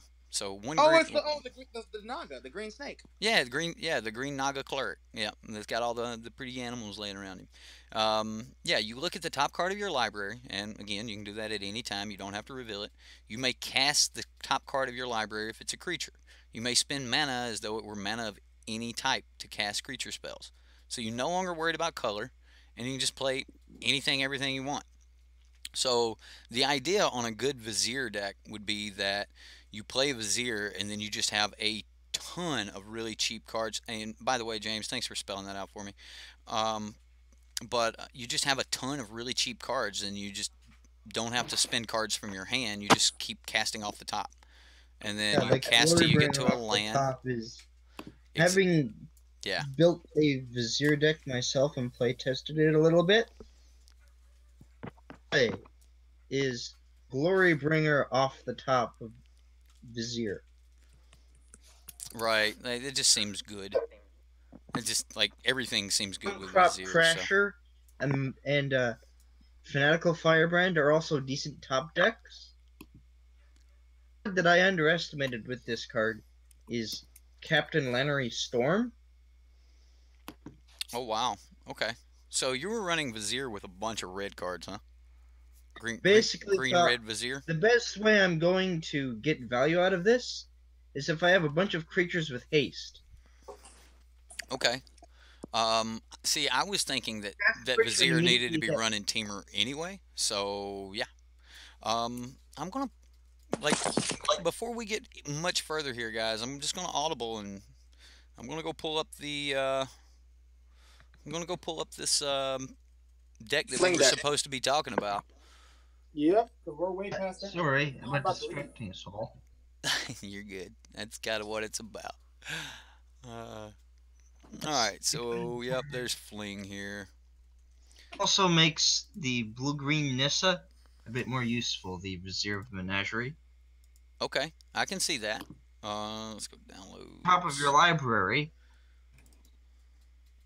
I like the way you spelled Fling. Is already useful. Yeah, blue-greenness is already useful. Don't you have... Look, listen to this man with jokes. It's useful in specific decks, and it actually makes it powerful. I find blue-green Nissa is good at 8 mana only. That's the only time I like to cast her. I already see something wrong with the deck. Those hijacks should be Kari Zevs. There's too many. Yeah, I agree with that. Yeah. Hijack should be Kari Zev's expertise. You need more creatures and some pump spells. Yeah, this is way too creature light if we're a fling deck here. Why are we in Hazard Hazard's Favor. At the beginning of your combat on your turn, you may have target creature you control get +2/+0 and gain haste until end of turn. If you do, sacrifice it at the beginning of the next end step. Okay, so you're not even worried about sacking it. You're just going to, yeah. I don't think you'd want 4 of this. No, I'm not trying to cut you Probably off. go to I 2. built a deck just like this. It's way too slow. The Hazard's Favor's got to be out, and then you have to play a creature. So you're basically taking 2 turns off usually with the black-red. It's Right. It's not fast enough, and Hijack is way too slow as well. But with Zax, if they don't have enough creatures, then you're not stealing anything. Like if they're playing an approach deck, you're just sitting there looking stupid. Yeah. Yeah, but the downside you see, Zach, to when you've got these decks that are always stealing the creatures, it's great, but eventually they still, especially the red way of doing it, is you steal the creatures, but they get them back. You're dealing some damage, but not necessarily dealing damage fast enough. And I suppose you could fling it if you've got fling in your hand. Yeah. You've only got 4 copies of fling. I got a question. Do you guys, you guys aren't trying to like Kari Zeb's expertise and then cast fling off of it, flinging the creature you steal, are you?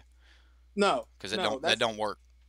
No, what I do, how I play the deck was, like I was telling James before you even came in, Eric. I play fling defensively. I play it offensively if I can kill or if their mana's tapped, but I only play fling is when their mana's tapped or if they're going to kill my creature in the first place. I never just fling something to fling it like crazy. So if anything, I always go Kari Zev into Wrangle. If anything, you go Kari Zev into what? Into Wrangle. Okay. So then you steal 2 creatures. All right. Yeah, I was just wanting to point out that fact that Kari Zeb's expertise, like, it's not actually resolving until you put fling on the stack. And putting fling on the stack, you have to already target it. So the creature's not technically...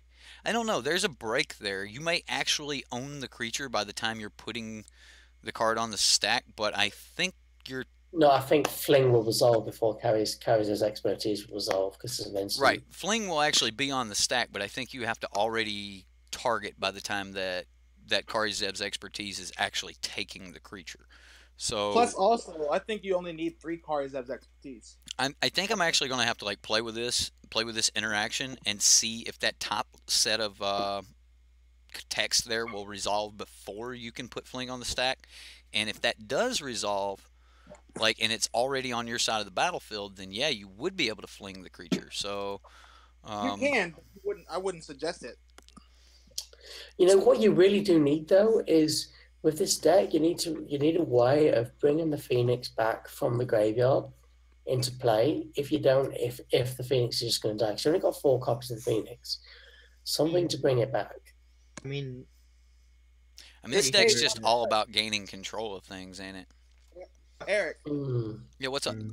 Can you go on the Discord? Because I posted that picture on the Discord. It's actually the deck, it was Jizza's, but I tweaked it a little bit. It's my version of my black-red fling that I played. The only difference is, even though the picture is, there's Etherborns. I'm trying to... Harpies and Manticore, Got Crasher, give it Etherborn. Yeah, I'm having to like lean in so hard to see this. You ain't that blind. I am. I'm blind in one eye. I've got a cataract. Damn. Yeah. That's so bad. Yeah, I actually am blind in one eye. I'm supposed to have cataract surgery, but decided not to. I was going to get me a fake lens put in, never have to wear glasses again.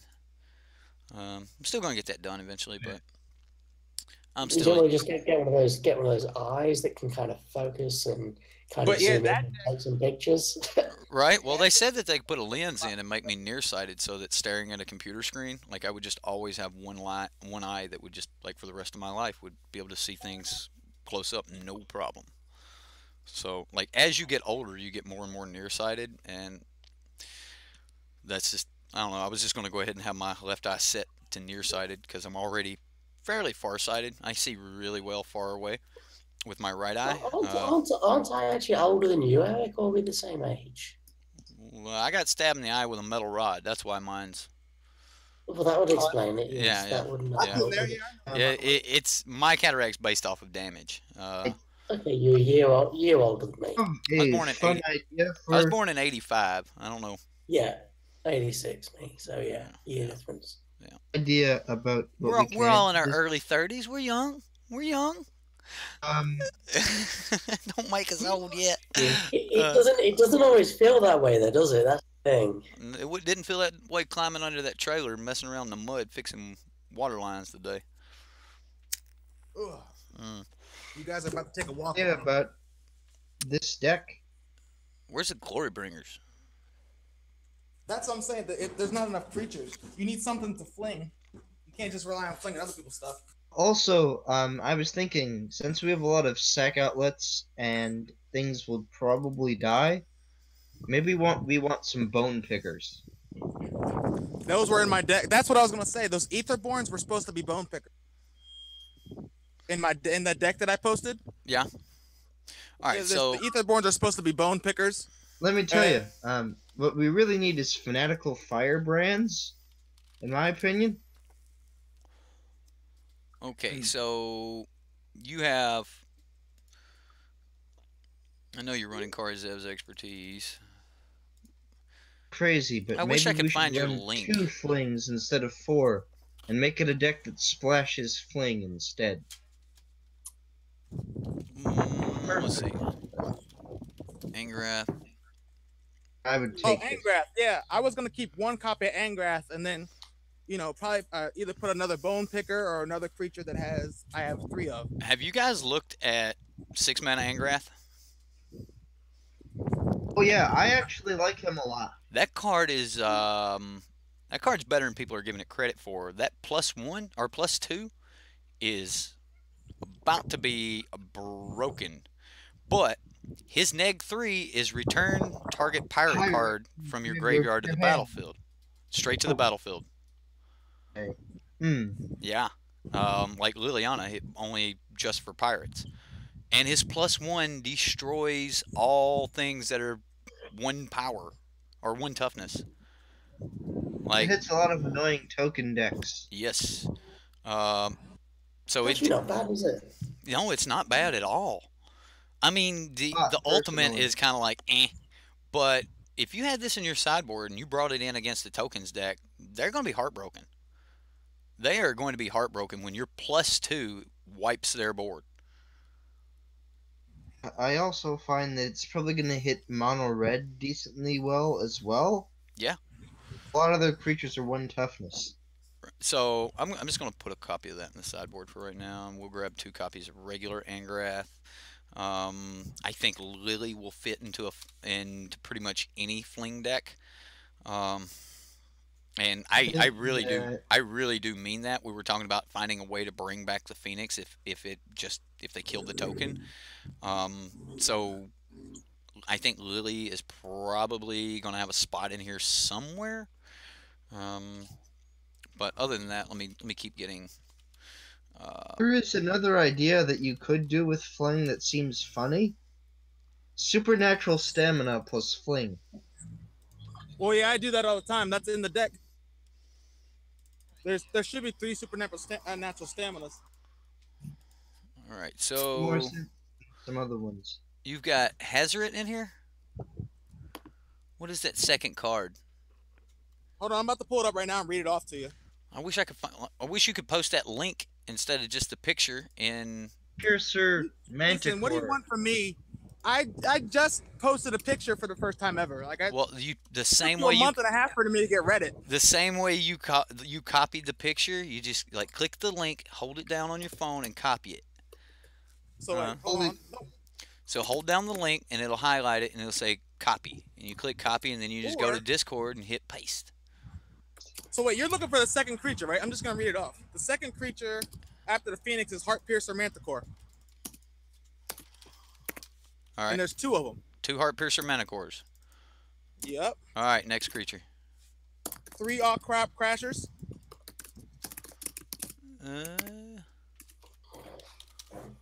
All right, next. 3 Bone Pickers. So you're not gifted Aetherborn there?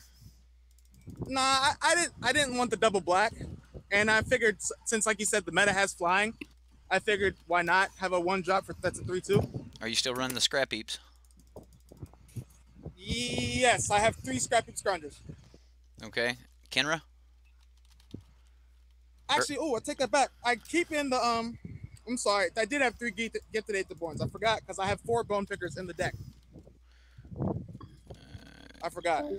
Sorry about that. So 3 gifted Aetherborns, 3 scrap heap scroungers, 4 bone pickers, 3 earth shaker Kenras, and 1 combustible gearhulk. Alright, so now we need push. Yep, 3 fatal pushes. Fling. 3 flings. 3 of them. 1, 2, 3 3. supernatural stamina. I love that card. Love it so much. That card and then is... 2 Vraska's Contempt. See, I think Supernatural Stamina is like the card to play with Fling. So it's like, oh, you're going to Vraska's Contempt, my dude. Well, I'm going to fling it at you after I Supernatural Stamina it. So I'm going to get the token to bring back my other one that is in the graveyard that you dealt with. And I'm going to get to keep this Rekindling Phoenix. And that's a 3-mana play for 2 cards, but you're about to do some broken stuff if you pull that off. Oh, yeah. Plus, they don't gain no life. So it's like they're looking at you like with a smirk, and then it goes to a frowny face. You know what I'm saying? Yeah, and also makes it really useful where you can use it in response to them killing your Phoenix in your graveyard. You can Supernatural Stamina, the one that you already have that's gonna die anyway. Okay. Yeah. Token. Yeah, so it comes back, the token brings back the other one that's in the graveyard. Oh, that's some smart stuff. Look at you. I didn't even think of all that. Yeah, Supernatural So, like, then, yeah, if they're going to, like, burn it and you know they're going to, like, burn it and use something on your token, like, as soon as you Supernatural Stamina in response to their, like, lightning strike, you just broke their heart. Because they were about to spend 2 cards to deal with the Phoenix, and now the Phoenix is not even gone, and now they have to question, do I still go ahead and shoot that token and use my other card so that he doesn't get back yet another Phoenix and swing for 8 the next turn? Yeah, it's pretty good. Like, that's now, pretty good. I have a question, real quick, Eric, and what you guys think also. I have the 2 Vraska's Contempt, but I was thinking about putting Vraska's Contempt in the sideboard and replacing that with the 2 Kari Zev's Expertise. Oh, we need the Contempt really badly. There are too many things like Hazaret, and it deals with opposing Phoenixes way too well. But this deck is so fast that you're not really, like, when I played it, I played against blue-black, I played against green monsters, and I played against some other deck, but I crushed it. It's so fast that it doesn't even matter. I think you're better off with Burn, and I think that looking at the deck, I'm not sure on Fatal Push. I think Magma Spray might be better option than Fatal Push. That makes sense. All right, what about Cut to Ribbons? We have 3 cards too many here. All right, well, that's the case. You have 3? Well, I don't think you were running that many gifted Aetherborns. I don't think... I only have 1. That's probably what it is. That's probably what I took the Aetherborns out and replaced them with the Bone Picker. How many Scrap Heap Scroungers is that? Is that just 1 Scrounger? That's 3 Scroungers. It is 2 Scroungers. 2 Scroungers. Yep. Okay. And then... So is that 4 Bone Pickers? Like, from 4 Bone Pickers. What I'm reading there is showing, 4 Bone Pickers. And that looks like, what, 2 or 1 gifted Aetherborn? I'm trying to read the numbers, like that picture that you sent. No, it's Rush, why didn't you just download the deck thing or just post a link to the deck? I don't know how to do all that, man. I'm sorry, Paul. I'm working with what I got. It's on manatraders as well. Yeah, it would have been so easy to pull working with what I got. You got a thumb. You got a thumb and a phone. Man, Rush, to say you're supposed to live on the fast life, you're kind of slowing it down here. We're just going to fling it at you. Yeah. So we've got 2 cards that probably need to be somewhere else. And I'm gonna say let's move those Vraska's Contempts to the sideboard. We'll bring them in when we need to. Everything else looks kind of okay here. I mean, if you Kari Zeb's Expertise, you take away their big dude and drop a Earthshaker Kenra off of it and make their other dude not be able to block, you're about to crack them for a ton of life. Heaven forbid you had 5 mana when you did it, and then you fling. So, like, yeah, I kind of like what's going on here. I do not like your 2 Cinder Barons. So, I don't know if you're just running the Cinder Barons because you don't have the rest of the Canyon Sloughs, but you're only running 3 Canyon Sloughs and 2 Cinder Barons. I'm going to say that you need to get rid of the Cinder Barons altogether and bring in that other... Hello? Hello? Hello? Yeah, I was on the Discord talking to the guys, and I didn't want them to hear. But I'm walking up, baby. I'm close. Okay, I cannot sit until I get a pad, baby. That's why I wanted you to come early. Oh, and I forgot the pad. I walked without the pad. Are you joking? I am not joking. Oh my god, baby. I can go to 7-Eleven. I'm going to go to 7-Eleven right now. No, baby. No. Yeah, it's not a big deal. I'm not going to bring the whole box in. Don't worry about it. Baby, we still don't. Oh my god. That's why I called instead. I'm sorry, baby. I forgot. You're in so much trouble. You're in so much trouble. And if my baby had drove, not only would he already be here, well, he could just go back and get it. I understand. Let me call you. I'm gonna go figure So this out. what am I supposed to do? I can't stand here the whole time. Baby, I'm gonna go. I told you I'm going to 7-Eleven. Yeah, but I'm saying the amount of time it takes you to go to 7-Eleven, I can't sit down. I don't know what to tell you, but I'm going to 7-Eleven. Okay, bye, babe. Love you.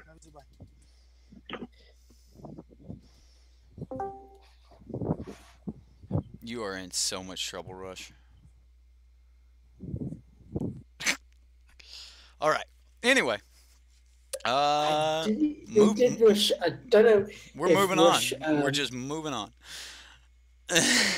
Yeah, let's just not go there. Yeah. We're just moving on. I'm married. I know how that works. Anyway, sideboard. We need Invigorating Rampage. Yes. What has he got? 1? It looks like 1. Looks like he's got a couple of Braid. 1, 2 of Braid. He's got a Lost Legacy, a couple Duress, Sorcerer's Spyglass. 1, 2, 3 Spyglass. 1. I don't know why. I don't 100% understand the Spyglass here. Glorious End. That's some spice. I like Glorious End. You guys hear me? Yeah. Okay. Yeah. Yes, we're here. Sorry. Right. You're good. You're good. So why we got Sorcerer's Spyglass? Why not? What's the point of that? Like, why not just another Legacy? Yeah, no, I'm not. I'm more thinking the Sorcerer's Spyglass maybe Silent Gravestone. Okay, you could call that. You could call the Crook. You could call, like, so what are we calling with Sorcerer's Spyglass? Like the Scarab God. Kanta? Right. Can't activate as Kanta. Or, you know... I mean, as Kanta's still going to get its triggered ability. It's still going to flip. It's still going to become a land. You just make them not flip it, really. Oh, it'll flip it. It's just once it flips. It'll still flip. Yeah. They just won't be able to actually activate the ability. Until they can get to an Abrade. Or, like, and that's assuming that it's Grixis control. So I don't like Spyglass here. I would rather have, like, another Lost Legacy or something. Or maybe just leave the room for Vraska's Contempt. Cutting to 23 lands might be bad. Let's put a Scavenger Grounds in here. I probably would put another Braid in there and take out that Sorcerer's Spyglass. Right, just to give. Probably cut down to 22 lands, personally. You think so? For decks. I mean, My- the deck is my all experience- about hitting. No, you need to hit 4 mana. Yeah, you need to Yeah, hit I You can need to hit get 4 4 mana, you mana need to on get that. 22 lands most of the time. My experience, I hit Glory Burners all the time. right. So But it's just too unreliable. that's Yeah. different. Well, see, I would rather have more land. I would rather flood than not be able to play my spells. I'd rather be able to flood and play every spell that I had, and then just worry about getting more spells than I would be holding a handful of spells that could answer the board, but yet I can't play them. At least you can fight if you're casting spells. If you're standing there looking at a handful of spells that you can't cast, you're not fighting. You're not playing Magic. I would always rather flood than get screwed. So, Also, the thing is, you see, we've got 4, excuse me, Canyon Slayers in there. You can cycle them late game if you are just drawing too many lands. Yes, I know it doesn't always work, but it can. It's an option. right, it's better than drawing dead late. So Absolutely, yeah. The thing is, you see, this deck you want to get to that 4 mana. right, We've also got the 5 mana Engraphs and Liliana in there. So Cut to ribbons. Huh? I feel No, like cut to ribbons in here. it's just too slow. it'll. Sorry, I'm just going off from my personal experience of black-red decks I've built in the past. All right, so Yeah. I like Heart Pisser Manicore in the deck. I really do.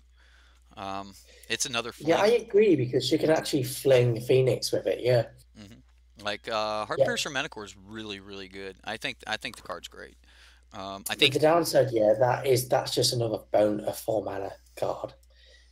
I don't know why, but I But don't you got feel like You've got 60 in there already, don't you? So I do. it should be fine. right. Like I'm just gonna pull these cards and see what happens. Now the one card that may or may not pull will be this Angrath, just because that's a Planeswalker deck, and manatraders, they're pretty slim on having Planeswalker decks most of the time. So let's export this as fling, and we'll just go. We'll see Y'all heard the whole thing? everything. Yes. Oh well. Yeah, We're all family. I don't care. Sorry about that, Russ. don't show your wife this video. Oh hell no. She will kill you. She's already mad at me now. Well, let her know at least it was private. Like, this ain't a public video. Oh, I'm not tripping. It's all good. It's all good. But did y'all finish the deck? I'm about to pull some cards, and we're gonna go play with it, and we'll talk about it more while we're playing with it. also, Is it the same one that I posted? Pretty much, it's the one we just built in front of you there. Cool beans. All right, also, I'll if have to we check can't- it out later. I'm about to go eat dinner. So I will holler at you guys later. See you later, Rush. Have a good day, yeah? Good luck. You too, man. Have a good day at work, Brody. You too. Say- Oh, you're in the evening, aren't you? You finished work.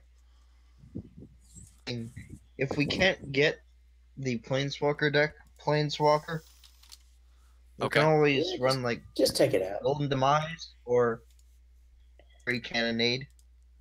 Oh, before I go, hey Eric, did you put Kari Zev's expertise in there? I did. Karizev's Okay, cool. expertise is in the deck. Yeah, it's not going to give Cool. us the. It's not going to give us Angrath. So what should we put in this Angrath slot?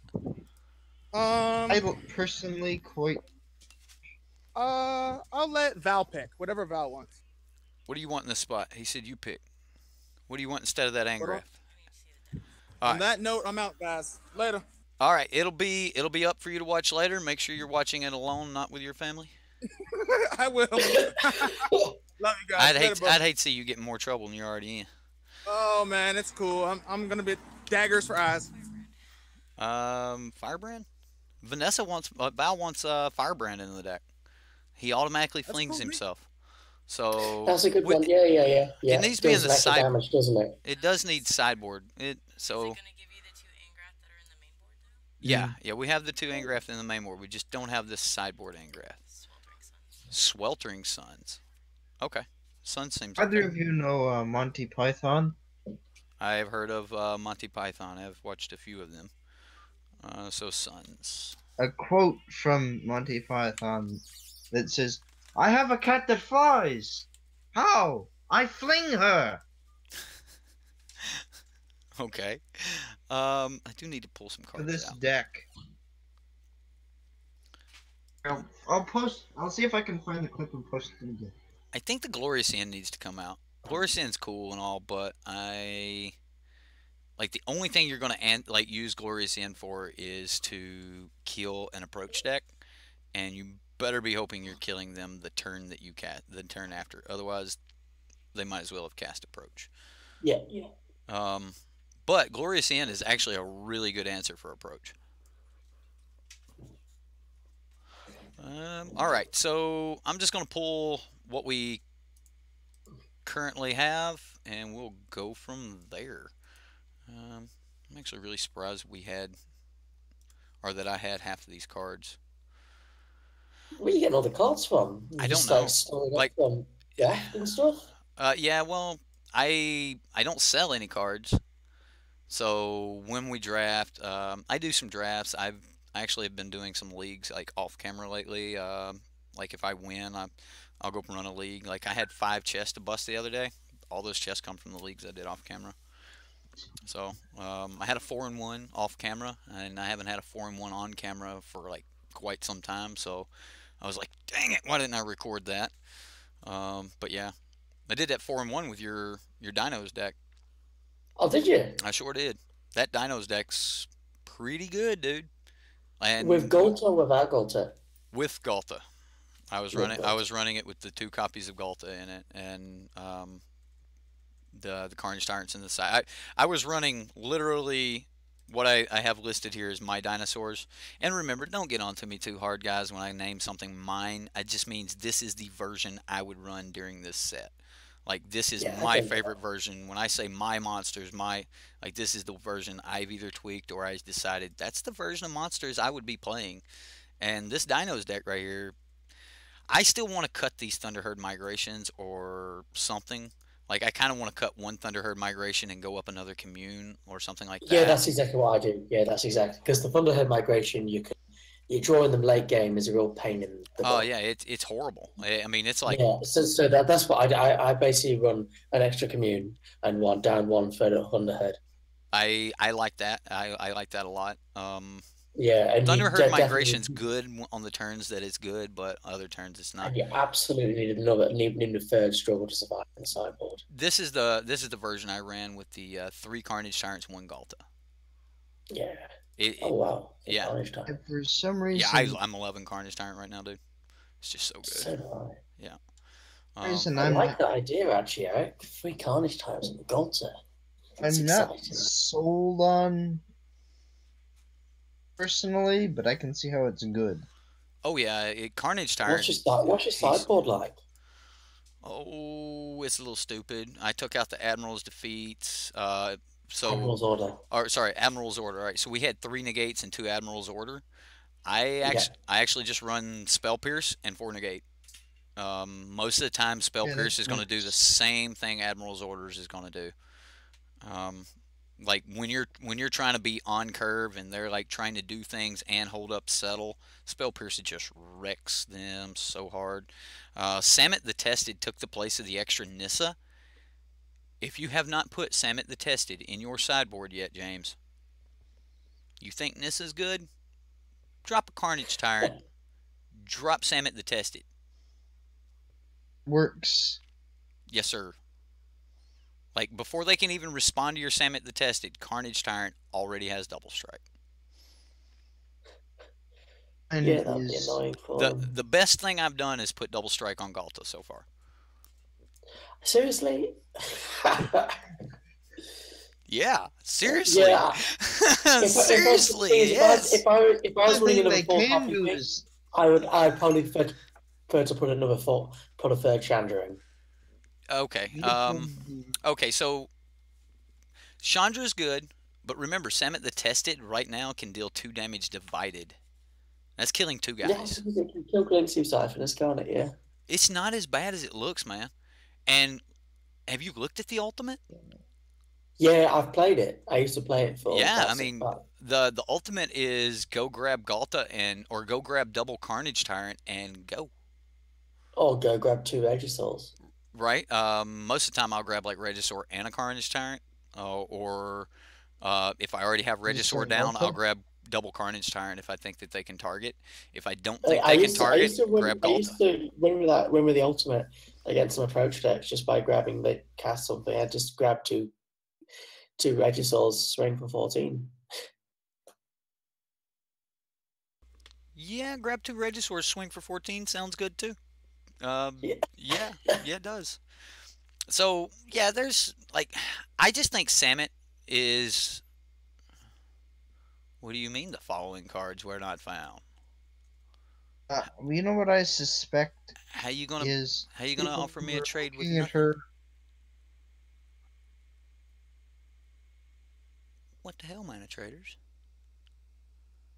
What I found is that I think people might still be approaching her from the pre-rotation perspective, right? Right, instead of thinking about, like, I'm serious. I really think Samet belongs in the dinosaur decks. Yeah, but Samot, I've played Samot post rotation, and yeah, I could try it again, I suppose. I just think instead of two Nissas, one Nissa and a Samet. I know you like the other Nissa better than you do like the big Nissa, but personally I like big Nissa. I Uh, like Big Nissa too, but for a different reason. right, like I love going +1 Nissa and then -3 Nissa the next turn. Like if you I was neg 3 scared of. Nissa and you have the mana to play whatever you're bringing back, it's so good.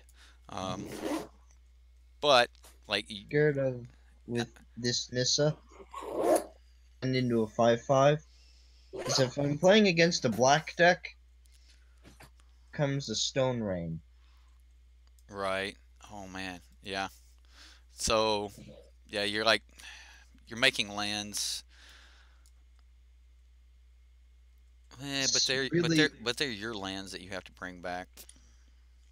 But guys, I'm gonna have to go because I need to get to work for a meeting. Understood. I'm gonna continue. I'm gonna continue watching this on the. All right. Well, I am gonna see what's going on with mana traders and bringing me these cards. It's supposed to have these cards waiting on me here, but they don't. But actually, to be honest with you, Eric, talking about Nissa really quick ago, the blue Nissa actually has been a bit annoying for me in the other week. This week. Why so? It got to 7, but it was just getting me land. Okay. and not getting many creatures. So I've found. Yeah, then that's one of those things where it's like getting a creature out of my graveyard is a guaranteed thing, or giving a creature that I already have double strike. It's a guaranteed thing. Like you're not gambling at all. You know the choice that you're making, and only if you have plus Nissa the previous turn do you know that the 0 choice is the proper choice. Like so. That's kind of good, but if you ever get it to 7 and you say I'm just going to 0 for now on, then you're playing blind off the top of your library, and that's Honestly, kind of horrible. I like green Nissa I would with never. Explore. Yeah, I like the blue-green Nissa with Explore, and That's what I meant. The blue-green. even the Vizier. Oh, yeah, I had yeah, Vizier with blue-green Nissa would be stupid good. You can always look at top the top of your card. library already. That's guys, right. I'm gonna go. I really love it. Thank you very much, guys, and I will see you around. And I'll watch this on the train and come to the chat a little bit. Right. Well, I am going to jump into a game here, and I need to get back over to chat. I have not been talking to chat lately. Those guys are probably mad at me. They're like, "You even talking to us?" Only one left, I think, of the people in coffee time. Oh no. Hey guys, I'll be leaving soon. See you later, guys. Have a good day. Yeah. Later, James. I'm going to jump into this game and probably close this out after that. So, if anyone is still in chat and you guys want to hop in Discord, make sure that you just hop on in. We got a couple open spots. We got one now. It's a good thing sheep can't fly by themselves. They are harder to fling. Monty Python. It's a good thing sheep can't fly by themselves. They are harder to fling. Awesome. Yeah. What about mono red fling you posted? You just wanted the opinion, no need to play it. Mono red I'd be more than happy to look at that mono red. Is it on the? I Go ahead, James. I find that I would rather just run, if I were to run a mono red fling deck, it would be more mono red plus artifacts with the Atog, essentially. And things with Pia's Revolution, and be more of a combo deck. Right. So I had fling in my Pia's Revolution for a while. Where is this mono red fling? I'm sure it is on. There's the Esper Zombies for the Horde put up. I need to pull that deck up. Find that I prefer fling as a combo card as opposed to a value card. Yeah. So I feel like that's what it really does. Yeah, I got to pull this Esper Zombies deck up. I have to look at it too. I normally don't play all of these decks. I just kind of like pull them up and we talk about them. But where is this mono red fling deck? What is the name of it if you're still here? Hate Bears flying.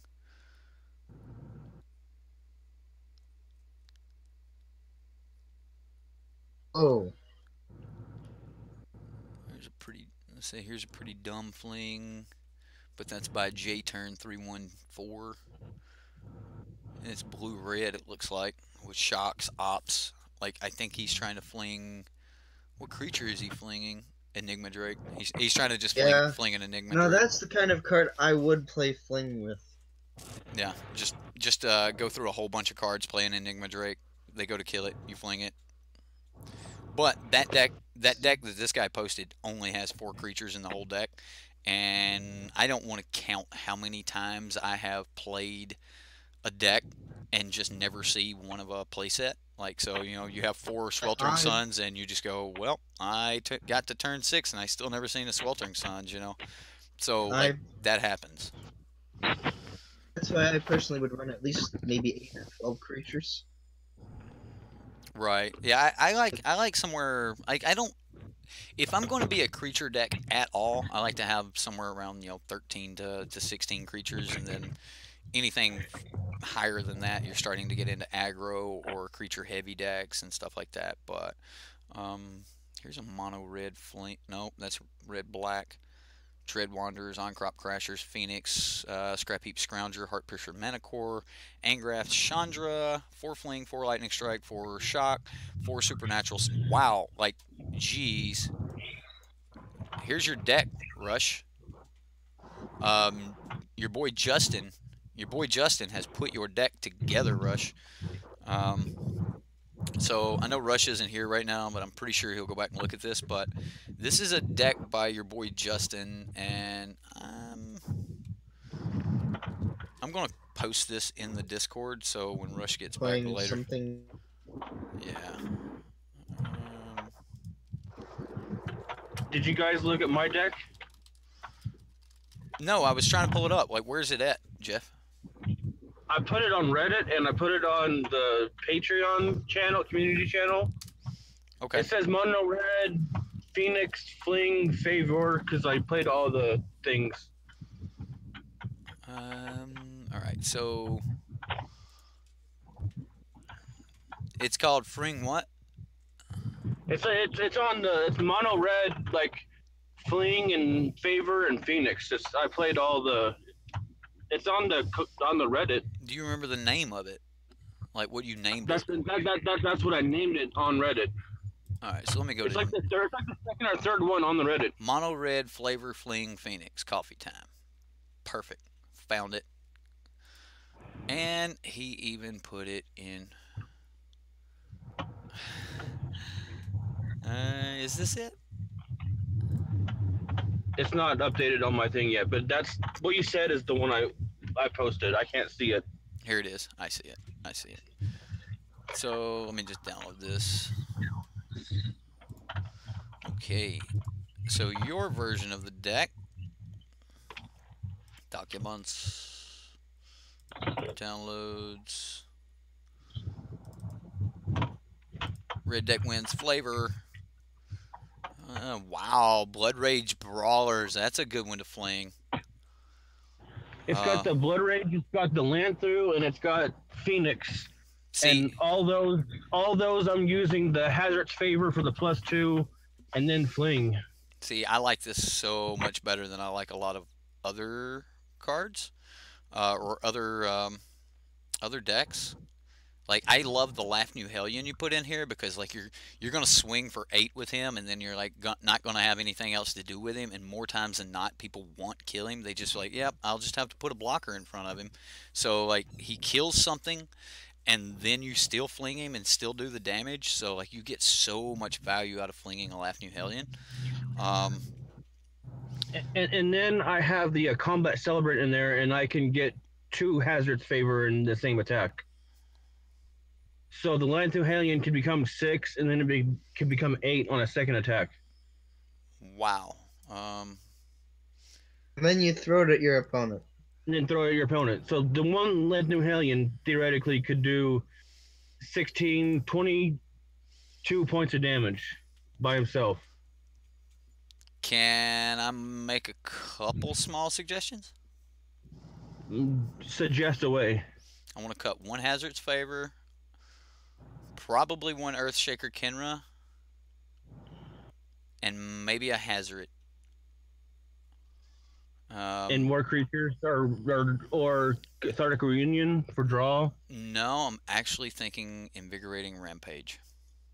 Yes. Invigorating Rampage is a lot of fun with it. Well, I mean, if you're already pumping, you've got a Laugh New Hellion that they're just wanting to stick something in front of. They're going to throw a token in front of it.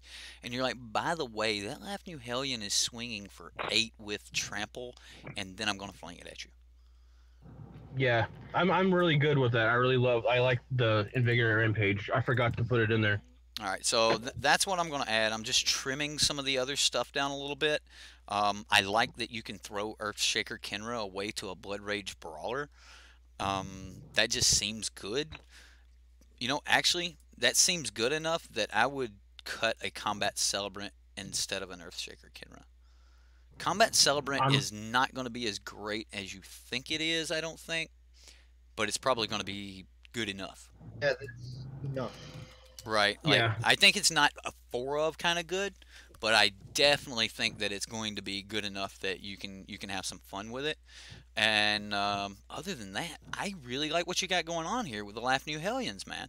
I like the Blood Rage Brawlers. You're swinging for, like, everything's got 4 power, which is just great. Yeah. Being able to discard some stuff like, you know, extra lands and stuff so that you can actually get that Hazard online is great. I just don't think that in this deck, because you're running cards like Fling and Invigorating Rampage, like cards that you can't get rid of really, really fast, like a Braid. If there's just nothing to target, you're never getting rid of a Braid.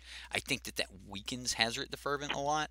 And I just think that, you know, we don't need that many Hazard the Fervents if we're running these cards that we may not be able to just get out of our hand. So that's why I wanted to cut 1 Hazard, and I think it'll be a safe cut. You still got 3. You're still going to hit it, but you're just not going to hit it on turn 4 as much because I don't think you're swinging on turn 4 in this deck anyway, not with Hazard. I think that your turn 4 mana is better spent by like pumping your Laugh New Hellion on turn 4 and then flinging it. So that cost 4 mana. Like, so you're swinging for 16 that turn, and you dealt, you know, probably 4 damage on turn 3, either with the Blood Rage Brawler or the Laugh New Hellion that swung in. So they're probably already dead at that point. You're looking at a turn 4 kill. Like, is there any reason to maybe like do Chandras instead of the Hazards then? No, I don't think so. No, I don't think so either. I think the worst card in this deck is is way Combat better Celebrant. in this version. Yeah, because Fling needs creatures. Yeah. Hazard's a good Fling target. Yeah. Hazard can be flung. Like if you just have to it, you can just play Hazard. He's probably just going to sit there for a little bit. Like you can start flinging extra cards with Hazard. Like Hazard's definitely great flavor for a Fling deck. Remember this: you can always fling a Phoenix at the end of turn, and you're still going to swing with it. Yeah, like flinging Phoenix at the end of turn seems so good. But yeah, I think Combat Celebrant is the worst card in this deck right now. Okay. I would cut combat celebrant. I really like the And idea of replace having it- the Phoenix and the Hazard's favor, just swinging for 6 and losing it. Right. Agree. Go ahead. What I would do, because we have invigorated rampage, is cut combat celebrants and replace them with on-crop crashers. Is that It's a better card. I mean, turn 3 on-crop crasher swing? Yeah, that You can is also a play your crasher and attack immediately. yeah. That's And- that's a good attack. That's a good play. I like them both. The only reason I went with the Celebrant was to get multiple attacks and multiple uses out of Feverant, a Hazard's favor. But Yeah, and it almost feels too much. Already, it almost feels too much like the red deck wins deck already with just a couple of changes. I didn't know if Combat Celebrant's too slow.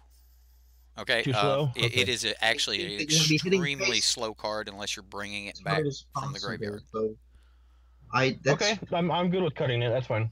Yeah, the card itself is very slow, and it's a threat that just sits there for a minute before you can ever do anything with it.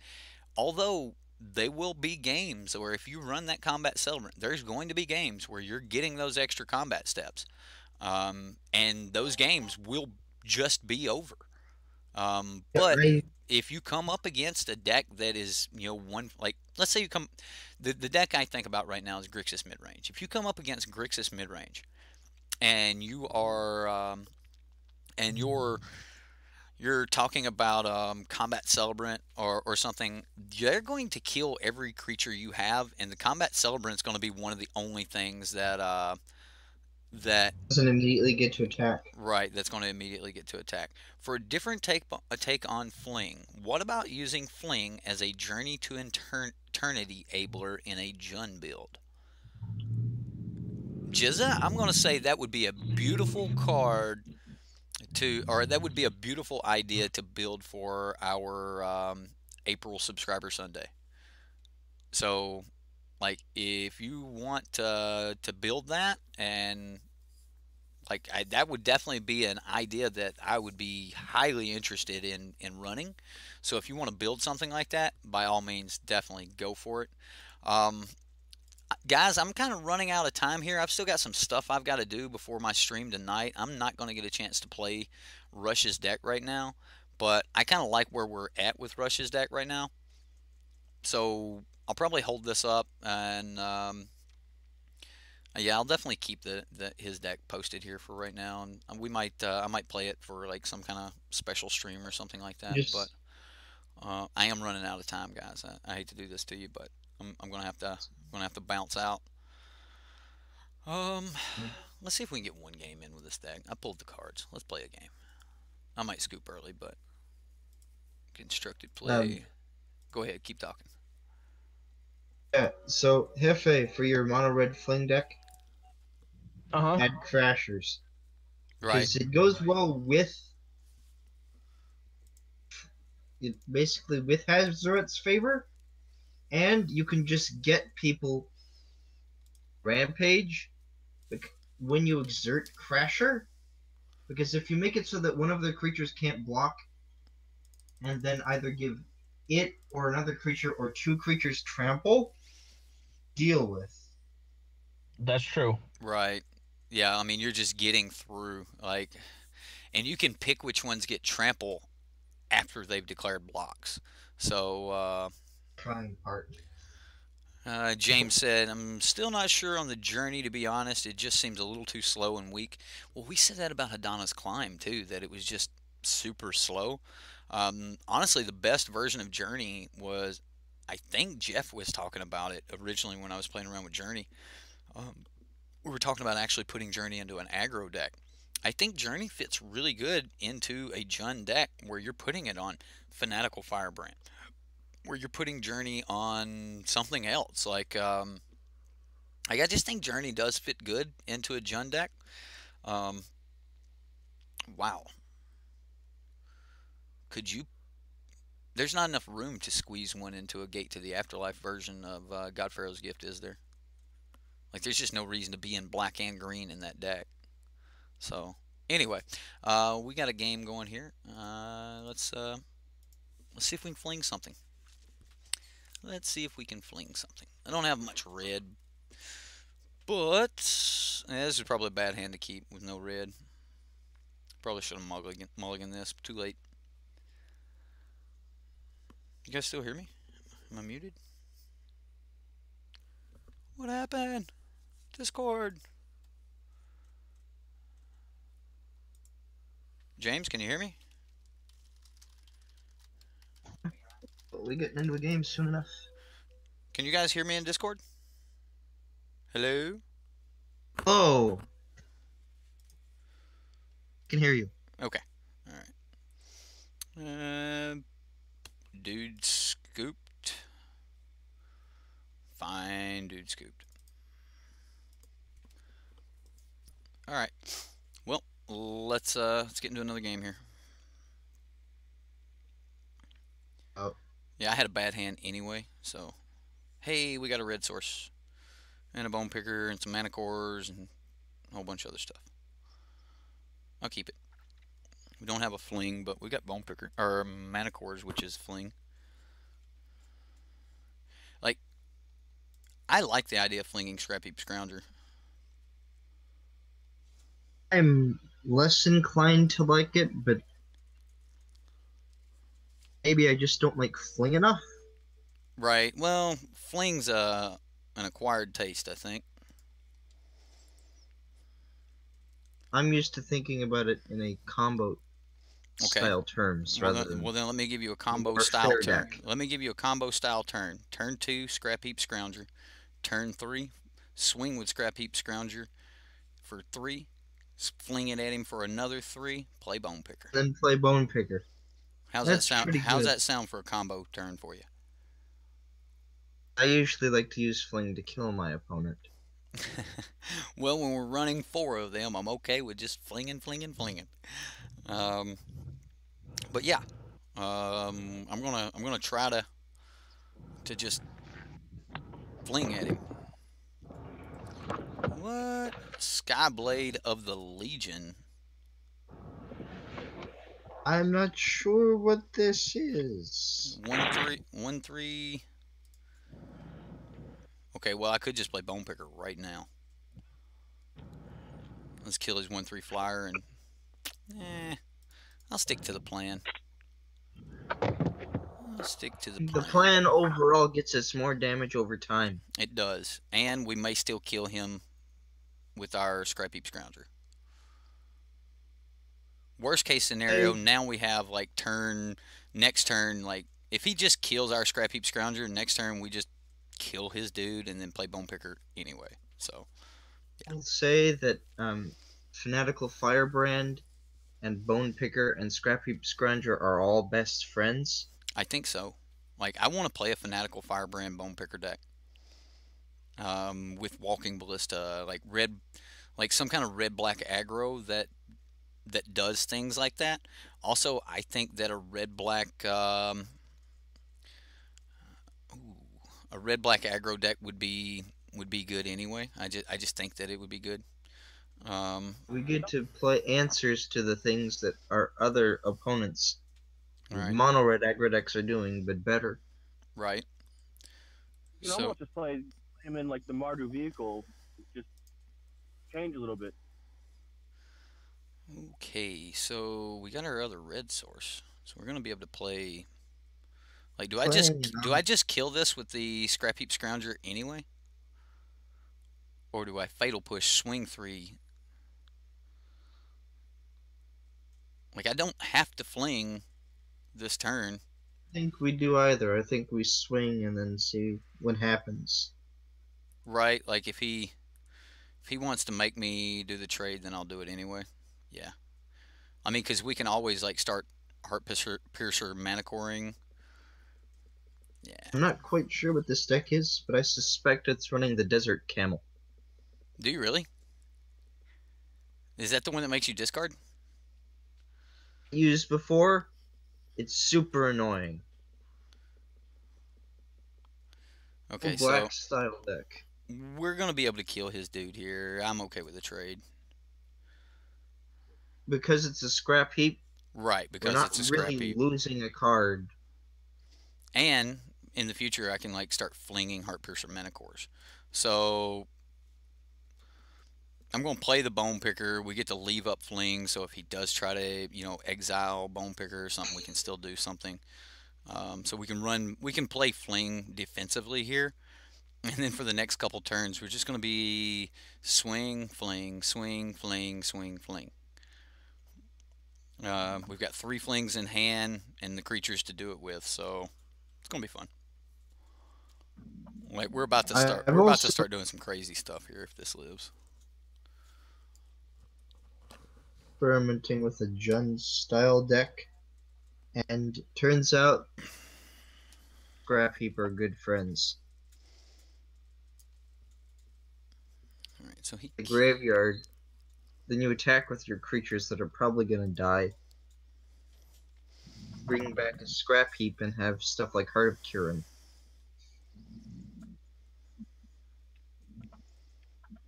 Yeah. Like we're in a very good position. I think I just swing. The limited deck we're playing against. Like he may just take the 3 damage and go, well, I'll just swing 3 back at you. Nope, he's not going to take it.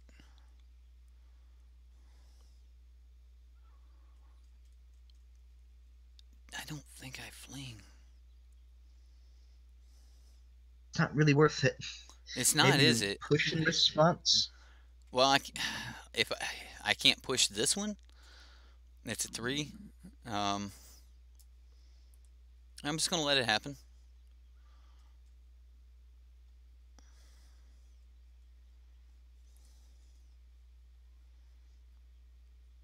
I'm not quite sure what.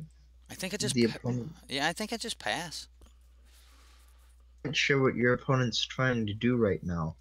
Looks like he's trying to trade creatures as kill spells, and his creatures look super weak. But I mean, we're playing a. All right, so he's an Oketra's Monument deck.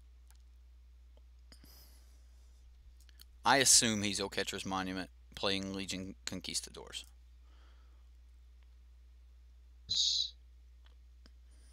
All right. He went and got 1 Legion Conquistador. Either he is a really good player that played a long, long time ago and knows how to play with Squadron Hawks. Because everyone now just goes and gets all 3 of them, and that's like you're supposed to get 1, and then like anyone who just grabs all 3 is completely underestimating the value of shuffling your deck. All right, so I'm just gonna bring this back. I'll Fatal Push his dude.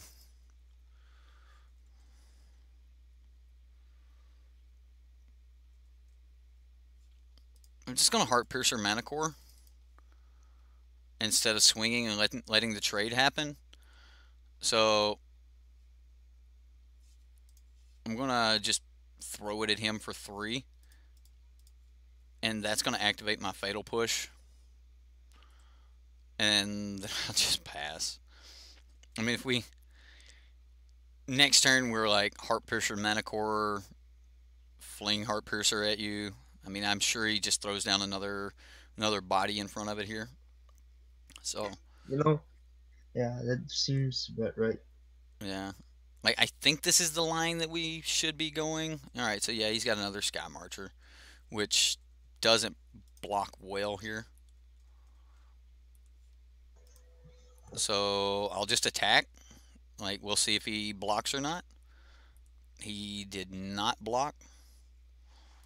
That suggests something else in hand. Well, suggests that he didn't want me to bring it back, because I've got 6 mana. So I'll just fling that one at him,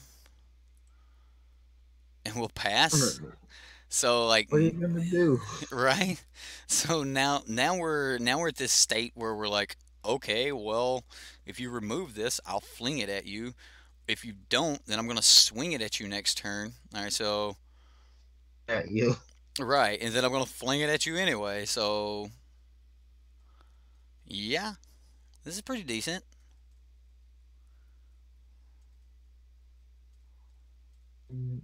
Questioning our opponent's choice of creature cards besides the Conquistador. But Yeah, I'm kind of questioning his whole deck. Like, I mean, maybe he just got bad draws, but I mean, he's got a lot of deserts in here, which means if he's trying to be this creature heavy, he probably wants to be more aggressive than this. And having your lands come in tap puts you off of curve. So, I don't know.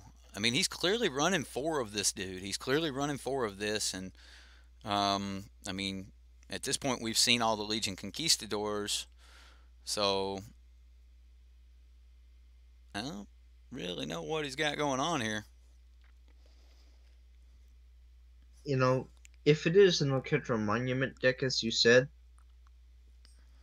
then there's a different way to approach it. I don't think I swing here. I think I just bring back Heart Piercer. The other one.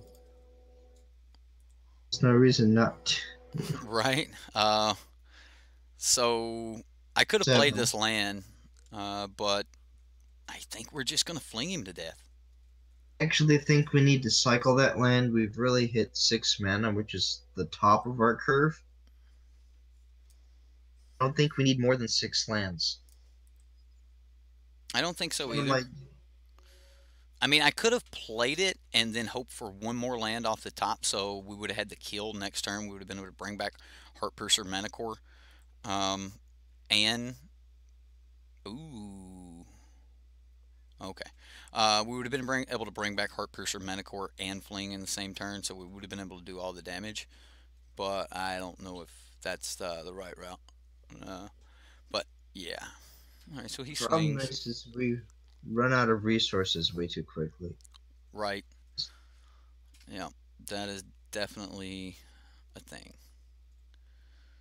I mean, he has to block, right? It's my mid-range player talking, which is, if I'm going to play a card, I want the most value with only having to spend 1 card. You're playing 4 copies of Eric in my deck tomorrow for F&M. What? You're playing 4 copies of Eric. Is that Vicious Conquistador? Is that what Eric is? Oh my goodness. It's in a lot of trouble here. He's in a lot of See trouble. what he does.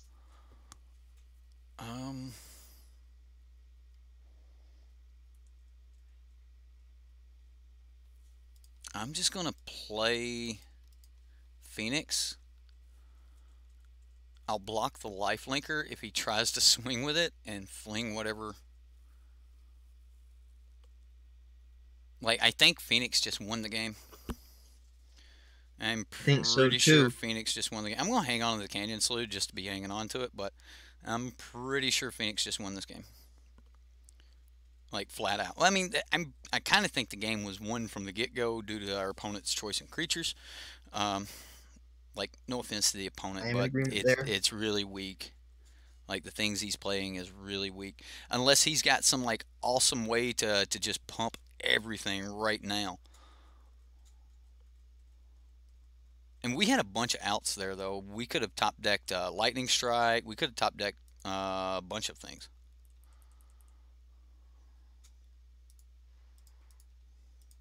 I want to make sure I don't miss this turn.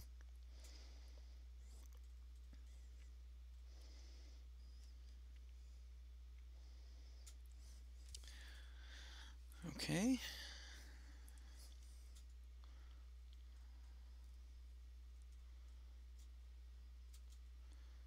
So what does he do here?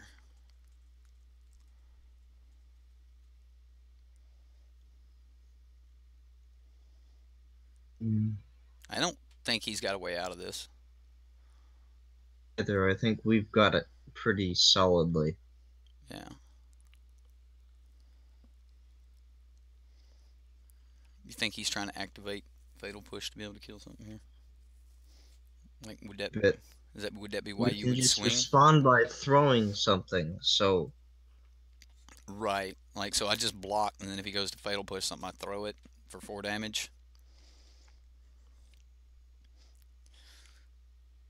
I mean, with his creatures, I'm almost putting him on not owning Fatal Push. I would agree with that. All right, well, 8 life is no different than.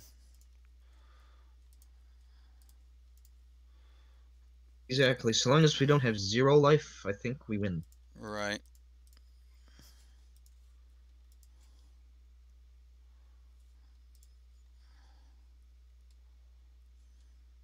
Oh, I just flung.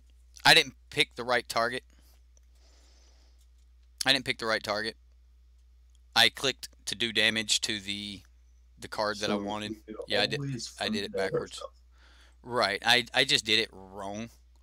Yeah, I did it bad wrong there. Nice. Yeah, at least I did it here. I mean, if there's any deck that's going to give you forgiveness for doing that, it's this one. Absolutely, right? Yeah, it's okay. It's okay. It's fine. I only got a couple of 3/2s. Yeah. And you're at 11. I mean, I'm pretty sure we're still about to hit him for a lot. We can hit him for 8 because we can hit him and then just embalm our other one. That's the plan.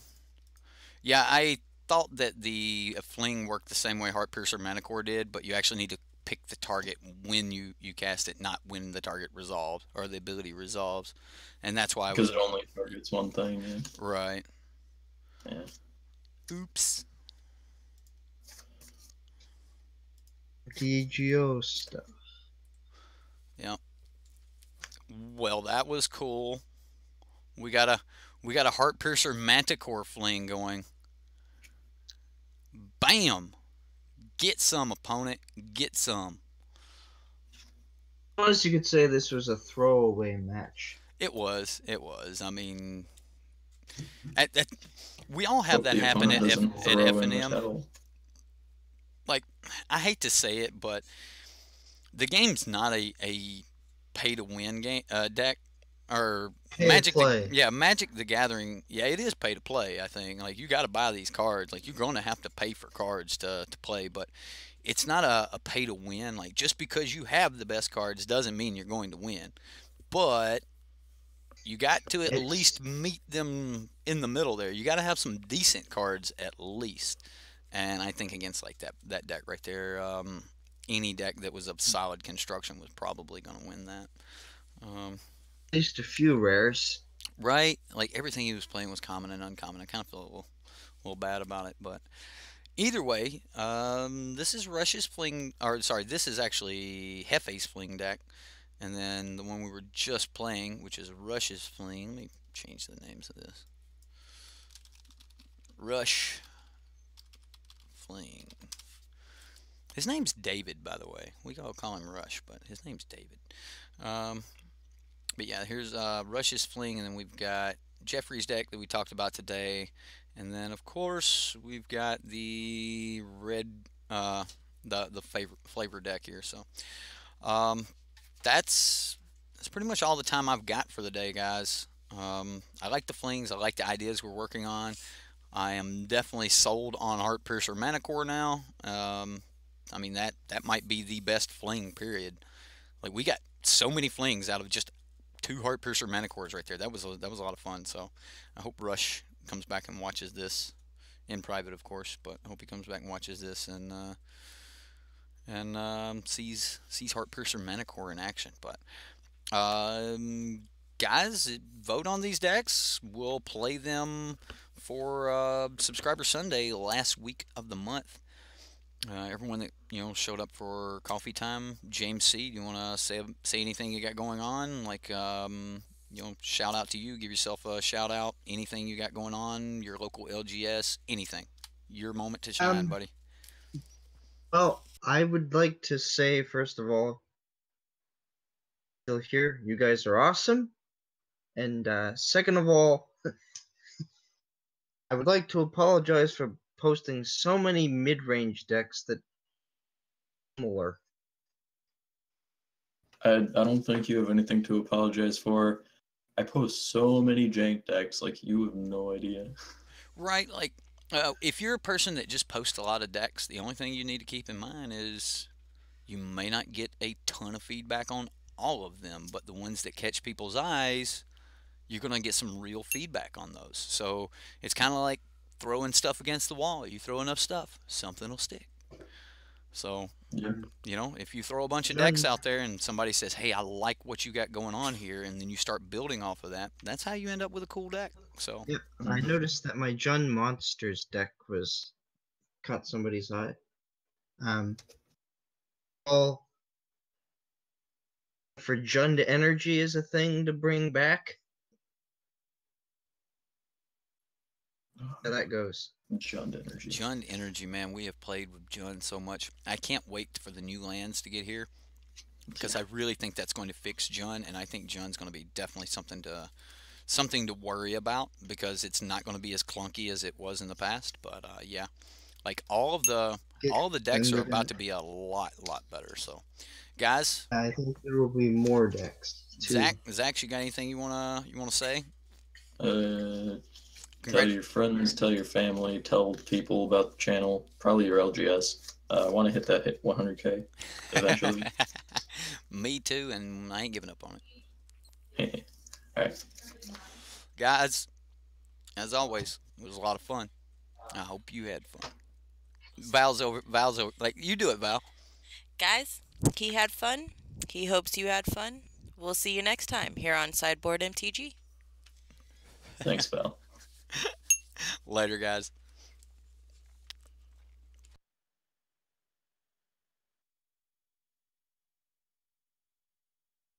Everyone in chat, thanks for showing up today. I know I didn't read chat as much. It's kind of hard to do when you got a bunch of people you're talking to and stuff like that. But thanks everyone for coming out to chat. All my moderators, everything else. Much love to all of you. Coffee time would not be possible without you guys.